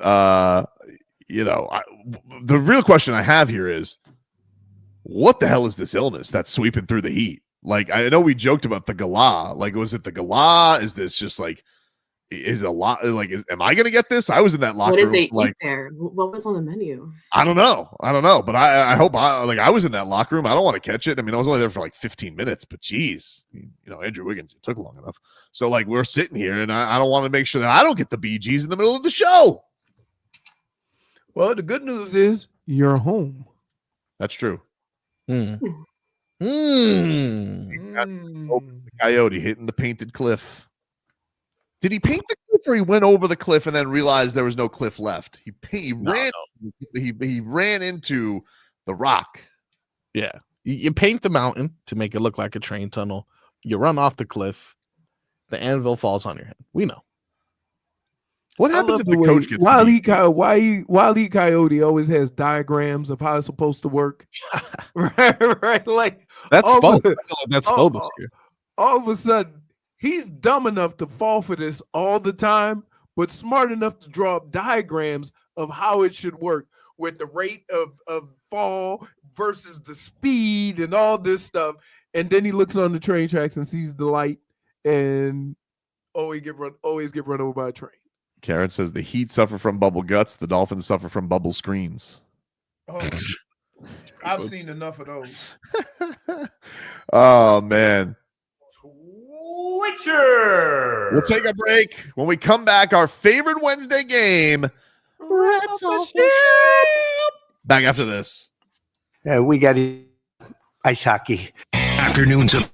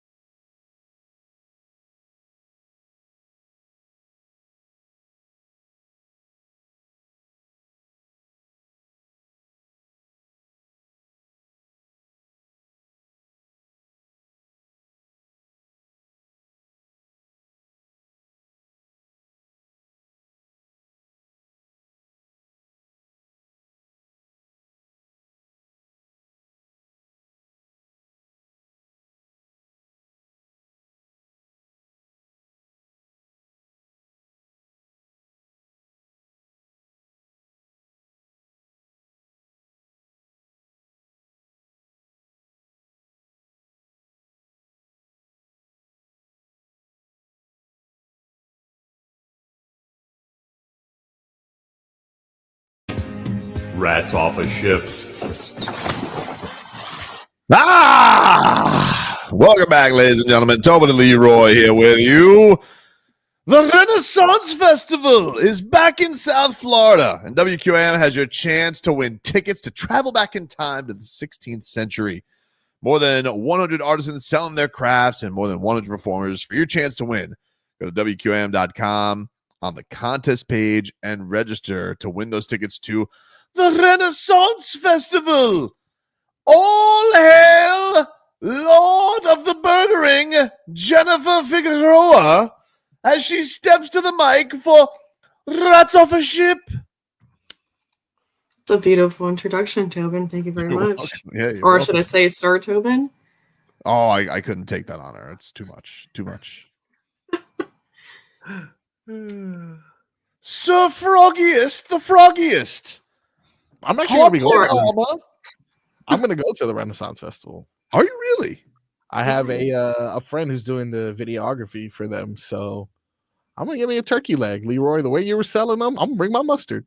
You got to do like tailgate interviews of people dressed as knights. You know, that's actually not a bad idea. I think you should, for sure. Get their takes on the Miami Heat.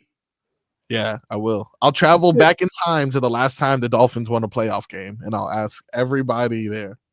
What does thou think of Andrew Wiggins? Stolen McRib ask a very good question. Does the court gesture get called sir? No. No way. Okay. I don't know. I just said that. No. All right. He gets told to fix it. That's true. Fix it. All right. For number 1, we have Hard Knocks Offseason. It's getting canceled. What? Apparently, the NFL because it almost got a GM fired. They cannot convince any team to do it. I can't be more rats off a ship on this. Like, look, I know you guys don't like Hard Knocks as much as I like Hard Knocks.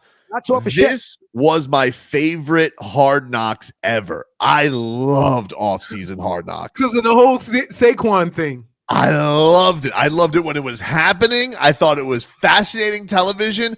And I got to be honest with you, if I'm an owner, I know that people don't like that. If I'm an owner and I have questions, I would love, like if I'm Stephen Ross, truly, and I got questions about how my guys are handling things, I would love to see how Chris Greer and Mike McDaniel are going to handle this off season. So I could not be more rats off a ship on this show getting canceled. It was excellent television, and that dude should have been fired because it was very clear he was a boob. Yeah, I'm rats off a ship on all of this stuff. So I go into it with that. However, you're saying you're rats off a ship because you don't really care for the show, right? I don't care for the show. Right. So then you're not rats off a ship. Not rats off a ship. Okay, I'm not rats off a ship. So, but here's the deal. In one of the most incredible television moments, you have an owner being a little skeptical about letting a player walk. The GM convincing him it's okay. And that player going on to win a Super Bowl and run for more yards in the course of a year than any other person in the history of the NFL. Playoffs included. Ooh. And I would say the fact that that guy still has his job means that we can never do that show again because the only result could be somebody getting fired. I'm telling you, though, I feel like if I'm an owner and I have questions, right? Like, oh, so you can get the behind the scenes on your own organization? Absolutely. You think, wait, that's how do you think after what happened last year that GM's going to be a little more careful with how they go about stuff? Probably. Okay. Probably. But if it's on television, like, all right, well, be forewarned. Don't do dumb stuff. Okay. Wow. Is there a trade that we can think of or a player walking? That would be equivalent to Christian Wilkins walking and the Raiders winning the Super Bowl, right? Yep. Mm-hmm. I don't know if there was ever a situation that I can think of where a player walked for nothing because you couldn't pay him or didn't want to pay him. And then he went on to have more success than he ever had in your organization. Because it seemed like that's the dude you want to start the process with. For sure. Right. For sure. Somebody said Wes Welker. Wes Welker was a trade that the Dolphins lost. There was some trickery behind that. You know what the trickery was? If Wes Welker played, and because he was tagged. I think Wes Welker was tagged. And there was verbiage in his contract that if he played X amount of games in the state of Florida, he got a $5 million bonus, which meant the Dolphins weren't going to match it because he would play at least 8.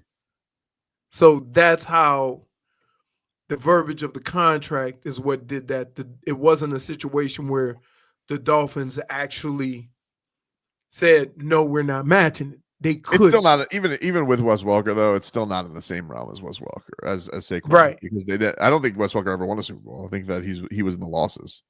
Let's see. Drew Brees. Drew Brees is a good one, but that's because they drafted a quarterback that is going to be a Hall of Famer also. Yeah, Drew Brees is a good one. Somebody said Jalen Ramsey, but no. Peyton Manning got to 2 Super Bowls, but they went with Andrew Luck. Like you knew why they were going in that direction. Right. So those situations, there is a legitimate reason as to why they did it. Guy getting older, we have a high pick in the draft, gonna get the replacement. And in those cases, it worked out. Where are your rats, Jennifer, on Hard Knocks in off season getting canceled? I'm with you. Rats off of shit. I actually do enjoy watching the behind the scenes. It's really fascinating. Things that we don't actually hear every day. Like you get to hear, get to see what's happening. You know, it's better than the training camp. It's like they've done it so many times. We get it. It's like, hey, here's and then there's the rookies who are trying to make the team, and then there's the quarterback episode. Like it was different. It was a different Hard Knocks, and it was great television. Froggy, man, you just made me flip sides there with your explanation and clarification, because there's 45 different Hard Knocks right now. Is there not? There's off season. I didn't watch a lick of the in season one with the division. I didn't watch one episode. For sure. When this point was initially brought up, I thought the one that you just described, the training camp, the quarterback, blah blah blah, I thought that one was getting removed. Now that I find out it's the off season one, I'm okay. I'm okay with it going. There's too many Hard Knocks in my opinion. Just give me the original. In season. I think you want to know what I think. I think they should pay the teams, and you should do a whole season, off season to end season. Like all of them? No, say if they did the Giants off season. Yep. I think they should go the regular season and see how they all put it together. Oh, okay. You see what I mean? Like the conclusion. So you can talk a lot during the season, and you have these conversations about certain players or whatever. But I would like to be in there when they figure out this Daniel Jones sucks. We got to let him go. I want to be, when you see Saquon running for 2,000 yards, that's why I want to be in there. That would be great if we got the follow-up vids. What else we got, J-Fig? Well, we have Tyler Herro winning the 3-point contest. He is up against Damian Lillard, Jalen Brunson, Cade Cunningham, Darius Garland, Buddy Hield, Cameron Johnson, and Norman Powell. Big field. I'm not rats off a ship. Buddy Hield's good on this. Buddy Hield's good. I believe Damian Lillard is going for a 3-peat, is he not? Or at least his third win. So you know what sucks? It sucks that this is a moot point because Steph ain't in it, right? Yeah, well, he's not, I think he might be doing something similar like he did with Sabrina Ionescu, where he's I think he's doing some kind of challenge like that. But because it is in San Francisco, you would think you would want the hometown guy in it. Right. But they put Buddy Hield in it. Yeah, but respectfully. I just say you what? Person I know that use respectfully, no disrespect. Getting that You message use on my phone. 17 versions of respect without ever giving respect. I didn't see you stop texting it when Kalel does anything good. That's a whole different. Now, why you have to go there? Now, that's our thing because you know how we feel about Kalel and Tall Time, and you have to go out there and throw. See, no, Marcos, he has been on one today. He's been lashing out all day. Ridiculous. You have been. You attacked me 2 minutes into the show for no reason. It's just like him. Yeah, that's why they call him with all due respect, Tobes. Which might be the funniest thing. He said, you know what they call me? And then Tommy goes, nobody calls you that. Where are your rats with this? I'm not rats off a ship. I think he can win. I think he did not have a good showing the first time he did this. This is a different boy wonder. So I'm not rats off a ship. I think it's possible, and I may throw a little chili pepper on it. I got to see what the odds are. Yeah, I'm not rats off a ship either. I think, to be honest with you, I think Tyler needs this to get his confidence back, to get his mojo back. So in his preparation for it, if he goes out and does well in it, then I think coming back after the All Star break, he's going to be good to go. His odds right now are 5-1. He's a little over 5-1. He's plus 550. Who's got the longest odds? Cade. Yeah. Cade's plus 1100. Cam Johnson's some value there. He's a great shooter. Plus 900. Jalen Brunson at plus 750. Darius Garland plus 600. Norman Powell and Tyler Herro each plus 550. Buddy Hield is plus 480. And then Dame is the favorite at plus 360. Okay. And obviously Dame an Oakland guy too. So he's going to have a lot of pop there as well. Yeah. Anyway, so I'm not rats off a ship on Tyler. I'm not rats off a ship. I think he's going to turn it around. Jennifer? I'm also not rats off a ship. I feel like he has a chance. Flyler Hero? Unfortunately, no. I got Dame winning a three-peat. Wow. Look, if you think about it, I know Steph Curry is the best shooter. Without Steph Curry, Dame Lillard's like right there. He really probably is. The question is not whether you think he's going to win. Who, Tyler? It's are you rats off a ship on Tyler Herro in the 3-point contest? Oh, I thought it like winning. I thought it was like, am I rats off a ship? I'm hitting winning. Yes. I mean, it's cool that he's doing it, but I don't think he's going to win. It's cool that he's doing it, though. I'm happy for him to be. Right. You've been wrong on a lot of stuff lately, especially the Drake. That's the only thing that I see. Scooby's not here. Yep. Even Scooby said so. Scooby's a Drake fan, though. He's told me this in private. Give us one more, Jennifer. Scooby's barking, but we have Sandy Alcantara finishing the year with the Marlins. How do we feel about that? Wow. Nah.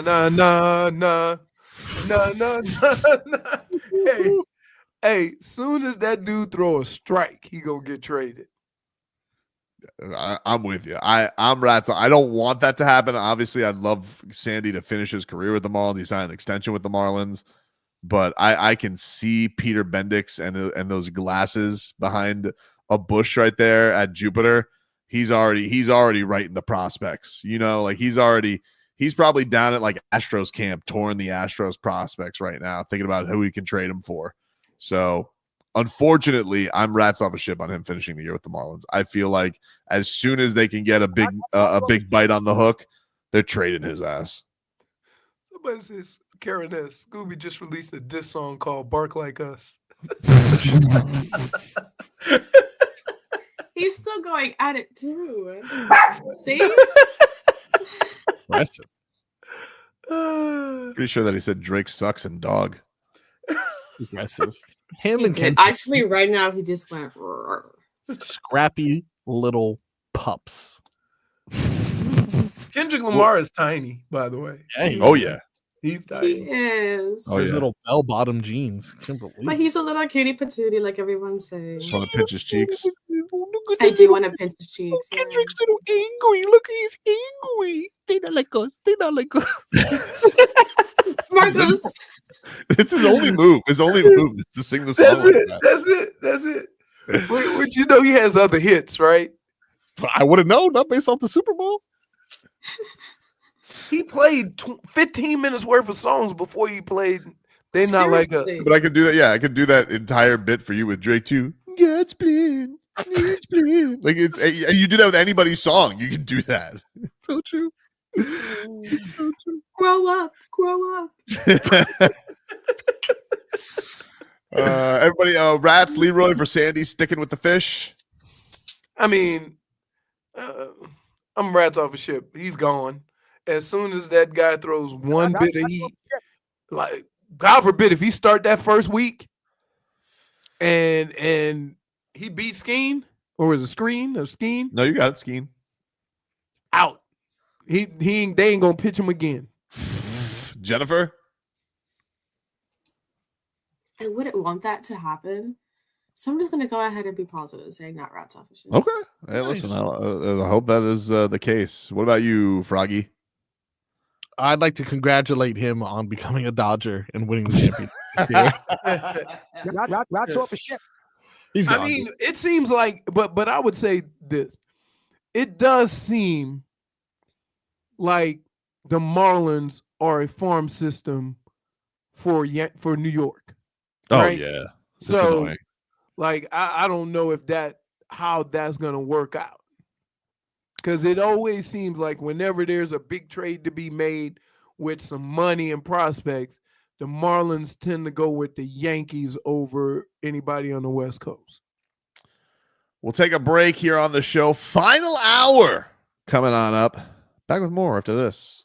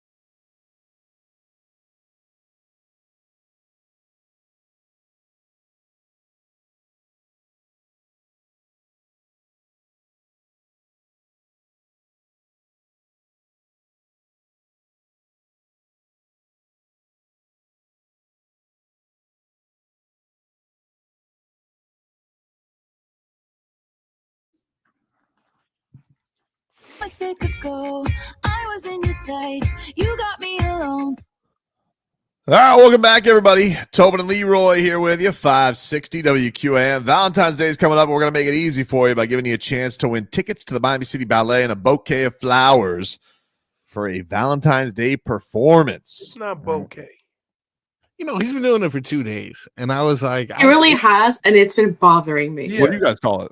It's a bouquet. It's a bouquet. No, it's a bouquet. No, it's not. It's not a bouquet. A bouquet? Who calls it that? Everybody. Everyone. It's a Everyone bouquet of minus flowers. you. No, you guys sound ridiculous. I'm sorry. I got to draw the line. I know you guys are doing a bit here. It's funny, but No. That's a restaurant called Bo Campers. Okay. Delicious, by the way. We're talking about a bouquet of flowers. Yeah, you're right. A bouquet of flowers. We're saying the same thing. So anyway, you guys can win a bouquet of flowers and a Valentine's Day performance with the Miami City Ballet. Just keep listening to our show. Hopefully they'll act a little bit more mature. And we can get you guys a great setup, a great Valentine's Day scenario. So just keep listening to us right now. Why? What's He's the just problem? doing all the words that he loves in his all mouth the right stuff. now. Like you going out of your way. For a bouquet? Out of your way. Wow. Okay, I see the problem. I see the problem here. This is one of those words where the American pronunciation differs from the British pronunciation. American is BOWKAY. The British pronunciation is BOOKAY. Okay, so what Bouquet you're and saying? bouquet. Okay, so what you're saying? So what you're saying was I was right. No. Well, it kind of feels like I was. It's a bouquet of flowers. It's just the way. Why? Can I just don't like it. That's how it's said, though, dude. What do you mean? No, I just don't do like things, though. You do things. Woo. That. No, you're not right. Just because. I don't know why. We have You're not right. established you're just not right here. Just not. Marco says Google says I'm right, so I don't know. You're not English. Yes. No, but he said that the English is the way you guys are doing it. You guys are acting like the blokes, not me. Yeah, what are you on Love Island? Okay. You know what? It's fine if we were to have a chat about it, but now all of a sudden there's an issue with our Love Island accent. That's it. Not right on principle. What? Yes, because you've been like, dude, you have been relentless today. You have Never gone heard out of anyone your say way bouquet. to make the three of us want to choke you out. Bouquet. Bouquet. Yeah, so I was right. Let me see what you Googled. Yep, that's one. Can you switch it though? Can you switch it to the see where it says American? Can you switch it to British? I mean, if this proves it, we're not in Britain, so therefore Tobin's right. British pronunciation. Here we go. Ready? Tobin's just not right. Bouquet. Yeah. Bouquet. Yeah, I didn't realize that. I didn't realize they did the show with a couple didgeridoos. That's not even. That's Australian. Whatever, dude. That's how you're saying it. I said it correctly. I just wanted to like for once. Can you two? Can the Hobnob twins for once just admit defeat? Who? Hobnob twins? You two hobnobbers, just admit defeat. You don't know how to say bouquet. To you, never. Never. No, I can't do it. Still doesn't sound right. I can't. Something in my brain says, "Don't do it. You'll never. Don't do it. Don't do it." It's like I can imagine 3 months from now. This is just like the bouquet situation. Yes. Nunya Buzz says, "You live in the Gulf of America, Tobin." Did you guys see that Google actually changed that? Yep. It did. How can you do that? I don't understand that. Because Google don't want to get it. Don't want that smoke. But like, hold on. Who the hell wants to vacation in the Gulf of America? It doesn't even sound nice. It sounds like a place like where you go on a pontoon boat and Jethro is shotgunning Coors Light. The Gulf of America. So strange. Kidding me? It just sounds so long too. Gulf of Mexico just throws off the tongue. Of course. Lovely. Gulf of America. There's so many other things to worry about, dude. Exactly. Like how one egg costs $1.50 now. or how you guys don't know how to say bouquet. Yeah. Mm-hmm. You learn something new every. I thought I was gonna get $5 dozen eggs, not 15. Coming to Love Island. That went the other way. Isn't it Love also Island, really a hard to find bombshell. eggs now? Leroy Horde. Yeah, because nobody wants to buy them. So, like, what season of British Love Island are you two going on? What are you trying to say by that? I'm saying you guys are talking like you're from England, and that's not how you should be speaking. This You know year what? in America, say this. we I'm don't gonna have say to this. say I'm gonna say bouquet. Love In accents. order, and we love in the order English. for Jennifer to go on Love Island, she got to stop cropping dudes out. You guys are really coming after me on Valentine's Day weekend. No, messed that's what I'm up. saying. That's so messed up. At least you got to have like a Valentine's Day guy, right? Scooby.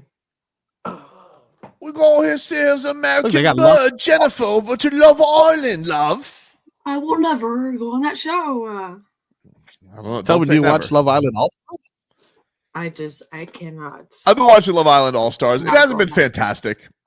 I think with like because Love Island All Stars, the only person they have that's really there's only two people on there that I really remember, and one of them is Curtis, who is one of the most despicable characters in the history of Love Island, and then the second is Ekin Sue, and they're together. But the great thing about it is Ekin Sue is so cuckoo for Cocoa Puffs. She's already got Curtis in check. Like she's got him in a chokehold. So they've almost canceled each other out, which makes the rest of the season kind of boring. Have you What ever season seen the is show this? Love Marriage at First Sight? Is that different from Love is Blind? Love at First Sight? No, but I saw like a reel about it. And it was like a girl walking the up only to the reason guy why I with know his about it feet is because it tattoos. comes on the same show I watch, same television show Tuesdays that I watch my show. So once it comes on, I'm done. But just the concept has to be one of, if you go on a show, right, and you marry somebody that quick, and then they throw you in a room with all the other people, right? Like you're setting yourself up for failure. Agreed. And that's what they get. Yeah, for sure. Dade South says Temptation Island Spain is the show right now. This has some of the craziest Twitter stuff I've ever seen in my life. This Temptation Island So Spain. you've actually heard about it because they were. Well, it's impossible not to see it on social media. Temptation Island Spain. This guy. So this went viral this week, Leroy. There's this show, Temptation Island Spain. So I don't know. I don't because even after I saw this, I was like, this is like right up my alley. Where do I watch this? And I don't even think you can get it here because it's in Spain. But on the Twitter clips, this guy, I mean, it went viral because this guy who apparently had cheated on his lady, then, I mean, I don't know the back and forth, so all Temptation Island Spain viewers, excuse my ignorance on this. They show the date that your lady is on Temptation Island, and this guy's name was Montoya. And Montoya, what do you remember what the lady's name was, J-Fig? No, but I think I saw someone say Anita. Anita. Yeah. So Anita, she's got a new squeeze that she's with on this Temptation Island date. And this Anita thing is not like the actual artist Anita, right? Is this like no, I don't believe it is not the Brazilian artist with the cheeks. No, I don't believe that is okay. right. With the cheeks. That's what she's known for. The cheeks. She has the cheeks out. Okay. I saw her at the Triller boxing event with the cheeks out. Okay, She cool. performed. Pretty good. I mean, so did Lizzie. Who? Lizzie had her cheeks out at the a Timberwolves game. Who the hell is Lizzie? Who the hell is Lizzie? Lizzo? The singer, Lizzo. Sorry. Oh, Lizzo. Yeah. Anita doesn't look like Lizzo, dude.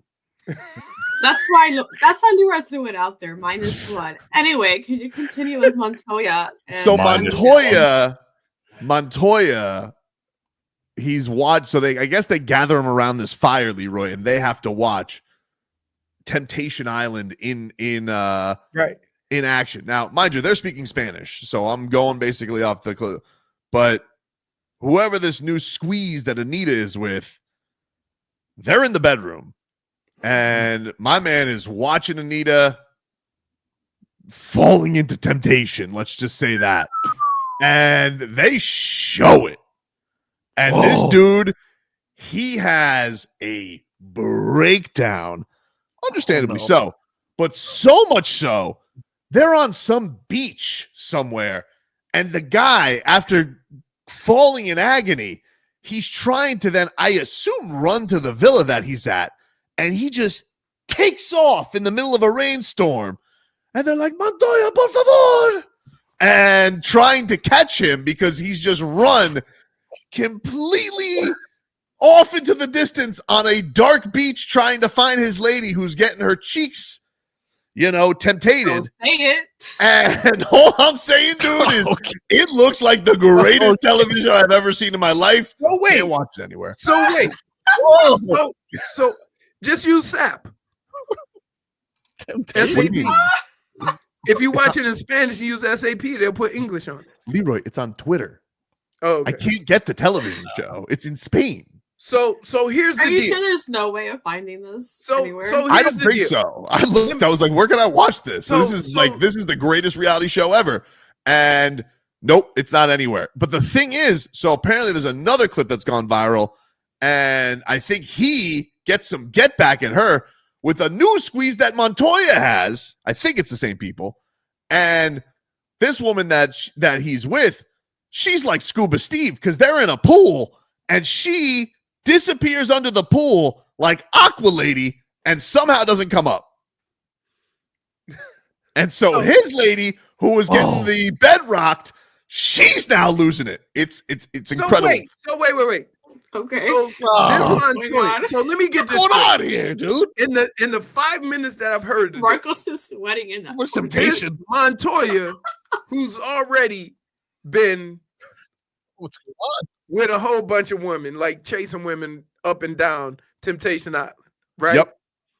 Then he has to watch his girl, who probably has seen him. Yep. Doing all his dirt. Then she's like, "I'm gonna give him some get back." And he broke down. She's like, "I'm gonna give him." Broke down and then ran a 40 like he was in the combine. You probably should have thought about that when you was out doing dirt. Yep. This is I don't feel bad for. I don't feel sorry for him. If he had been a good guy and and everything was cool or whatever, and then his girl did that, I could understand being hurt. But if you play in the field and then she go play it, but you can't get your feelings hurt. I'll send you during the break. Then he find a new girl, and now she get her feelings hurt. 1 second. Why does it say you can watch it on Peacock? Can you watch it on Peacock? Yeah, and Hulu. Wow. Are you sure that's not just any Temptation Island? I mean, you know what? I didn't put Spain. 1 second. It has to be Spain. Yeah, I think they have the regular, but apparently this is the wildest of all islands of temptation. You know it's wild because the only place where I can find anything on this is worldstar.com. According to Dade South, initially Montoya just got a dance from a lady. No bigs. Well, she took it too far. You can buy it for $6.67. So, but here's the deal. Why, if that is the case, yep, and y'all both that way, don't you have to tread lightly on Temptation Island? Well, I don't think you probably should go on Temptation Island. Well, like it's like the show where the married couples go and see if they still got it. The ultimatum. The ultimatum. Yep. Like, if you go into the ultimatum, y'all ain't leaving there together. Wait a minute. Oh my God, she is like Aqua Woman. I was like, wait a minute, they just kissed. Marcos, of course you're looking that part up. Oh no, dude. She's like the Jacques Cousteau of cheating. She just disappeared. Well, then now this is Anita that I think I'm looking at. Is very angry. I'm like, I don't think you should be angry, ma'am. Like, and wait a minute. And let's think about this. What was that other show here? Too Hot to Handle, but this is much worse. Let me use Jennifer because she's the only single one, right? So I'm gonna say this. You go to a show like that with your significant other, and every time you go on one of these dates or whatever that your significant other is watching, Aren't you going to be more careful? If you want to be with your, I would not be caught on one of these because I'm just saying. I am. I'm just saying. Human. I will go off.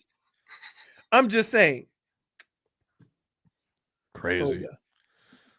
You watch it during the break. We got to take a break. Anita is secretly an. You know what? Let's just have him watch it. Volume down though, Leroy. A little bit. Well, you know what? What does it matter? What is Spain gonna flag us? Let him have the audio up. Wait. There's no rules. Oh no! Wait. Ooh, he's in his tighty whities now. It's go time, baby. Yep. Ooh, turn off the light, and then throw the drawers at the camera. That's look at it. Wait, who is she? Who is he watching? Who is he watching with? I believe the other Islanders. I think the host. That's the host. That's the hardest part. You have other Islanders who are watching your heart rate live. Your heart rate? Hey, so wait, she's sitting there like, uh-oh. Wait, can someone send me this link? Oh, wait. No, Montoya. No, you got to be a player, dog. You got to be a player. No. He breaking down like the Chiefs up in here. Like he hold on. He get through your offensive line with just a 4 with rushing 4. Oh, he gone. Look at Patrick Mahomes on the run. No. Is this and why is he running like? Oh, damn, he running like we need like what's the music from? Look at him. Wait, and then it's so hard to watch this and try to listen. Oh yeah, I don't know whether to feel bad. It is temptation. It's like Leroy's watching like highlights. No, because they showed like look. Ooh, it's really impressive. So they trying to do some editing. They going back and forth. Oh yeah, right. They're going from cheeks to sprinting. Yeah. Ooh. Wait. Here's the other part. Yep.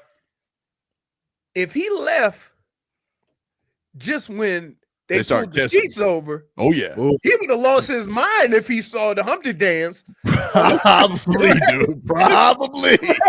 Like, is that a fast forward? Jessica! So wait, so here's my question. Yep. Who acted a fool first? Him, right? I believe he did. According to Dade South, though, it was only a dance. Was it like? I don't know. I don't have the show. I've only seen these 2 viral clips. Was it like I'm in love with a stripper dance? Do the research. What was that? I don't know. You're starting to ask me hockey questions. I don't know. You know what I'm like, listen. Big Spoon wouldn't mind if I line dance with somebody. But if there's a chair dance or something going on, somebody getting knocked out. We got to take a break. We'll take a break. Oh, wait, I don't want to watch the show, but I got to tell you. I'm curious what happened to old Montoya. Montoya lost his mind on national TV, right? In a different language. I need to know what's going on. Montoya was drafted by the Chiefs. You saw that 40? Like, oh my God, dude! I hope they have a reunion. He was for a reunion. Oh, he ain't coming back. He embarrassed himself in front of a whole nation. Oh no, there has to be a reunion. No, come on, ain't no way. They probably told him you can't get paid unless you do the. Oh, there'll be a reunion. People love me. People who go on these shows are definitely a little tweaked, and they want to be there till the very end. Really? For sure. Oh yeah. Really? I've never seen I got to tell you. You know his boys are calling him, dude. You left. Then the good part happened. You missed it. Well, I don't even know. Like, they may still be doing the show for all I know. I'm not sure how this show works. If it's live, if they have to stay there, or this has already been in the can. I'm not sure. I'm just saying. Here's the deal. If I were ever on the show like this, and this is for all you people out there. If you ever on a show like that, and you bring a girl or a man or whatever, right? Here's the rule. All of your interaction with others is only going to be a response to what your partner does. Don't be the initiator. Because if you are the first one, you ain't going to like the get back. That's why it's called Temptation Island. Oh, you could tempt. No. Listen, there ain't. You could tempt all you want. It don't matter. I would never be the first one. But some people here are just not loyal. Okay. No, but I'm just okay. They forget. So they black out. Why is he crying and running sprints in the dark? You know what I'm saying? Take a break. Back after this.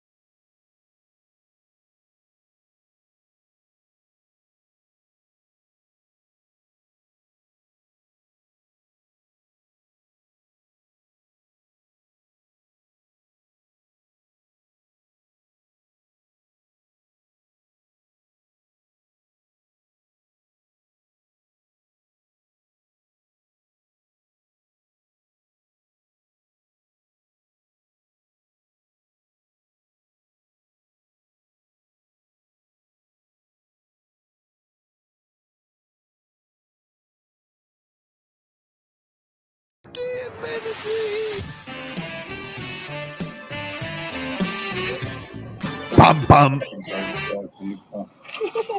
15 minutes of heat here, brought to you by Hollywood Kia. At Hollywood Kia, the #1 Kia dealer in all of Florida. Get the star treatment. We want to see you in a Hollywood Kia. Visit them online, hollywoodkia.com. So I watched part 2 of that scene. Do tell. And why was she crying? I don't know. Like, what? And then she was getting mad and everything. You should have been crying when dude got in his Speedos like it was go time, and you were like, I really don't want go time, so you start crying. Somebody's got to pick this show up in America because it feels like it could be the biggest thing that there is. But anyway, tip-off tonight from OKC is set for 8 o'clock. Coverage begins at 6:45. The word is that Tyler Herro and Jaime Jaquez back with the team in Oklahoma City after missing the last game with the Bubble Guts. They are boots on the ground for the Thunder game. Still questionable officially. The bad news is, well, the other news is that Terry Rozier also missed shoot around today with a stomach bug. So we wish Terry Rozier a speedy recovery. Oh, yeah. Oh, that's raggedy. That is raggedy. What, dude? It's just a tummy ache. Don't do that. Don't do that. But he also... It's not like I wished him sick. He is sick. Duncan is also questionable with the tummy issue. So we need dunks. I don't know. I think we need dunks more than Spo thinks he need dunks. I really have the question of what the hell happened at this gala, like where everybody is just getting tsunamied with tummy issues. This is crazy. I don't know, but tummy issues don't last that long. That's right. You get the BGs, it's like a couple of days, and that's it. Yeah, it could be a couple of days. Yeah. I don't know what Andrew Wiggins discussed after last game. He talked about what it'll be like to get a chance to play with Tyler Herro. Here was Maple Jordan. Yeah, I think it'll be great. You know, he's an all-star for a reason. You know, he in the game, he's going to score the ball. He's going to create for other guys. You know, he's a very tough matchup. So I'm excited to get on the floor with him.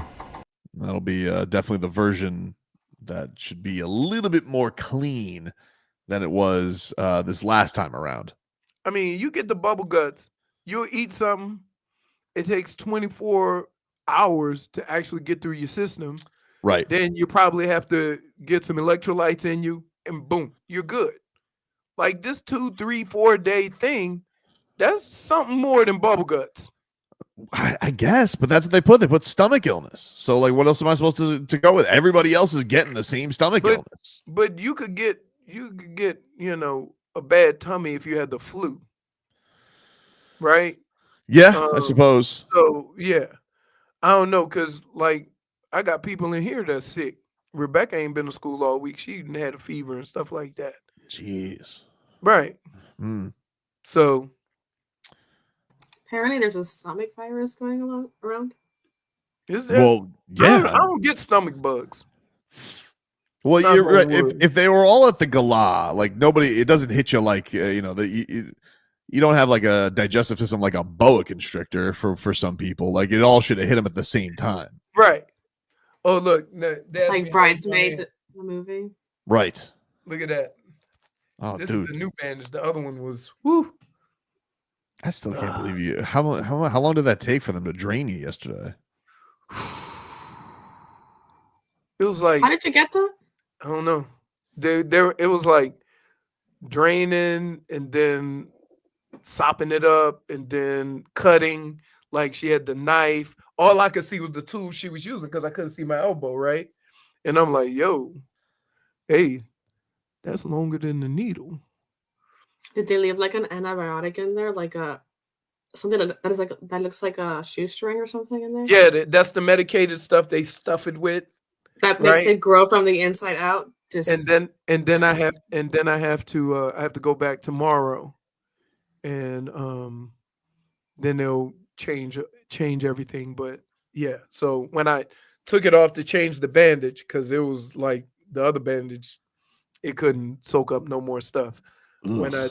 When I You got a spider bite.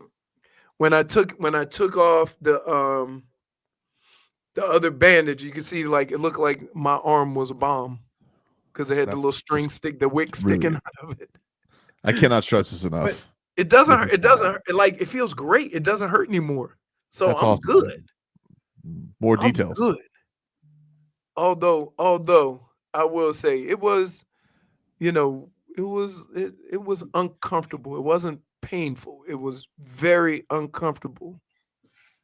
It's kind of like watching Terry Rozier play for the Heat right now. Dude, It's uncomfortable. I mean, you could say watching the Heat as a whole. Mostly Because, him. I mean, they haven't scored 90 points in 2 games. Yeah, I'm aware. And who's got the worst plus minus and all that? Don't worry. You don't have to look it up. Are you confirming that? You don't have to. You don't have to confirm it. I'll confirm it for you. If I go look at their last games, Go ahead. and he's not. Go ahead. Go look at it. All right. Why would I steer you wrong? Because Not you out want here to make your throwing- point. You want to make your point, so you'll lie. I don't have to. What point do I have to make? You watched it. Oh my God. He has a minus. Played on Monday. Yep. Okay. Heat Celtics. This is a thing we like to call Leroy reading the internet for things you should already know. Okay, where Mitchell, Rozier. This is Ooh, not. Goodness. Yep. Well, Nico was second worst at minus. He was minus 23 against the Celtics. Yeah. Nico Nico was could. minus 21. Nico was building a brick house in that game. That's for sure. All right. Let's see. On the I think season. Then they played Saturday, right? Yep. Saturday. Oh, Saturday. All right, What a terrible game. Or Friday. I think it was Friday, actually. Friday, he was minus 21 on that game. Yeah. On the season thus far, he is minus 113. Awesome. Listen, that would have beat the Heat. His minus would have beat the Heat the last 2 games. Jesus. Just a comparison, Tyler Herro is plus 7 this season. Just like so we're clear, though. Just so we're clear. If the Heat do win tonight and no Terry Rozier, okay, and I think they would be 4-0 at that point. It's the same 2 guys, Nico and Terry. Nico's plus because he's been playing with Terry, and when you play next to an anchor, you get when you play next to an anchor. You say you were just getting pulled down. Yes, I am actually. I am telling you that. Wow. Dude, I'm telling you. That's so bad. That is bad. It's the truth, dude. It's the truth, though, Leroy. You're the only person that would say another person's downfall is because he's playing with the anchor. Dude, if you get stuck with a bum, then you're in the bum club. I don't know what to tell you. Like, it's not Nico's fault. When Nico plays with tall time, never an issue. I'll go ahead on and. I bet you if you put Nico's numbers without Terry Rozier on the court with him, I bet you they're a lot better. I bet you anything. But you're there with Terry. But I would say this. I don't believe in the plus minus stuff. You can not believe in it. And I know hold on. And I know some people do. And if you do, is it too much to figure out that those 2 guys shouldn't be on the floor at the same time? Yeah.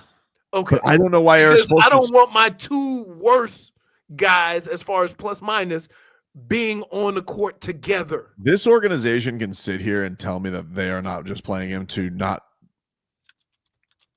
admit defeat on a deal. You guys could say that out loud, and you guys can say that to whoever you want. Point guard, though. Anybody else. No, anybody that's not else. true. That's Leroy. not true. That's anybody not else. That's not true. Dude, put the ball. You have 2 bigs who can handle the ball. Put it in their hands and put Pella out there. Guards. Doesn't matter. Dude, they're point forwards. Put it out. Put it in their hands. All right. Put it in their hands. Enough of this nonsense. Right. He can't shoot. He turns the ball over.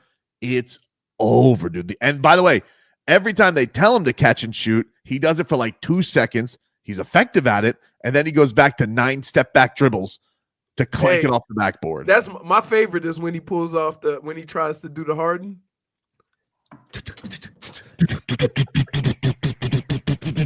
Clank. So, but I'm just saying, like, Spo looks at these things.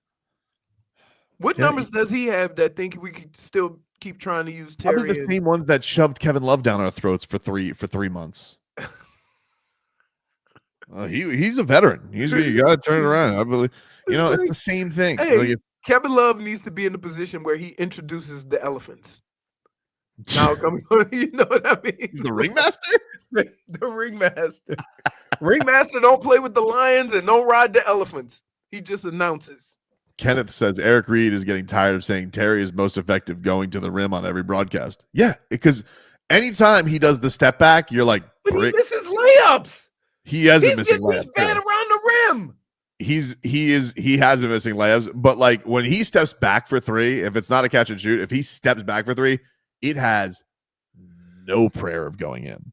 It's like bang. Say this. It's not for lack of effort. Because dude is trying hard. I mean, he's moving around. He's not, but he hasn't been playing well. The problem is I think they look at him as the backup to Tyler. Now, what I think is going to happen at some point is they're going to put Mitchell at the point guard and put Tyler at the 2. So Tyler can do all that running around and stuff. You know what I mean? Dade South says Tobin is watching Jimmy on the Warriors like Montoya. I'm not yet, but let me tell you something. Let me tell you something, Dade South. I'm not yet, but let me tell you, if they go on a playoff run, you're gonna see me running on the dark beach somewhere. Yeah, but you won't feel like I was thinking that, this is a Saquon situation. It really isn't.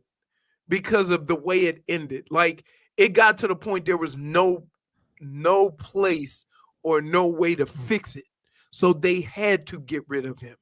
You see what I mean? So I don't feel like whatever Jimmy does somewhere else, we knew for damn sure he wasn't going to do it here. When it got to a certain point that no matter what, he was never going to give you that effort again. Doesn't matter, though. If he goes and he has a playoff run with them and he gets to the Western Conference Finals with Steph Curry, like, he would have been right. Like, I know that they would have been annoyed by all the stuff that they put up with him. But if he's able to do it again, Leroy, and he does it with a Western Conference team, his point would stand. That he is one of those guys. He is one of those guys who needle moves in the playoffs like other. Yes, you can't rely on the stuff on a regular, but he makes it worth it. Okay, but can I say this? That also Jimmy is a better number 2 than he is a number 1. I think that's the whole ideal. Like, if you had but that would go to his point of like, hey, you guys never got me the number 1 scorer. It wasn't like they didn't try. Remember, Dame wanted to come here. Okay, but what did they do to try? They got outweighed on a Cold War. You said Cronin wouldn't do a deal with. But they also tried to embarrass Joe Cronin. They tried to embarrass him and bully him. They didn't do everything it took to get Damian Lillard. Those are the facts. Everybody they did not do everything it took to get Damian Lillard. I can't say that's not true or that it is true.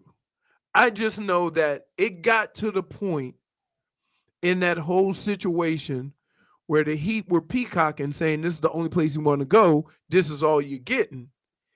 And then Cronin said, never mind. And he called their bluff. So from that standpoint, I think that's how it went. And I don't know how it went. But no, they were trying to get Dame. Yeah. Also, would you have given up any of your young guys?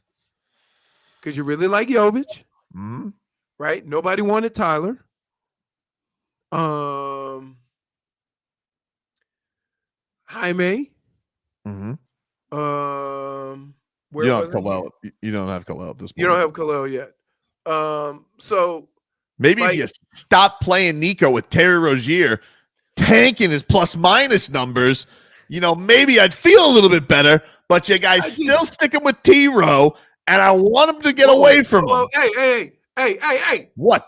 The way you've been trashing my man, you don't call him T-Row. Oh, I'm gonna call him T-Row, dude. You call him by his nickname and call him trash? No, Scary Terry. absolutely We're not. scared, all right, dude. Oh, we're scared. Wow. Every time you step on the court about how much Marco, you know the only. This started at 10 o'clock. Yeah, you have been relentless all day. I'll tell you. I'll tell you who Scary Terry. You know who's scared when he steps onto the court? The backboard.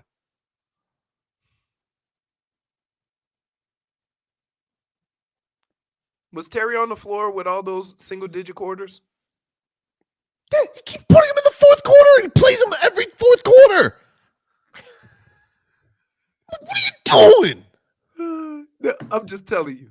You can't call him T-Row. You don't get to use nicknames when you trash somebody. And you don't want to be, no. That I mean, you say, "What's up, T-Row?" No. Take a break. Take a break tomorrow. End of the show. So think about what you've done. Before we get out of here, if you guys want to go to the Miami City Ballet, pair of tickets right now to caller 305-567-0560. Caller 3 wins a pair of tickets to the Miami City Ballet for a Valentine's Day performance and a bouquet of flowers. 305-567-0560. 305-567-0560. Caller 3 will win that prize. If you guys don't win, you can purchase tickets at MiamiCityBallet.org. Talk to you rascals tomorrow. Oh, if you weren't married to your wife, who would be? Oh, with Celia Cruz, obviously. Is she dead? Oh, no. Yes! Yeah, she's dead. How long has she been dead? Oof, close to a decade, I think. Look, Azúcar, dude. I'm stupid. And here's why. This Rays guy looks like he eats lunch alone. Brother can get the out of Miami, man. Afternoons of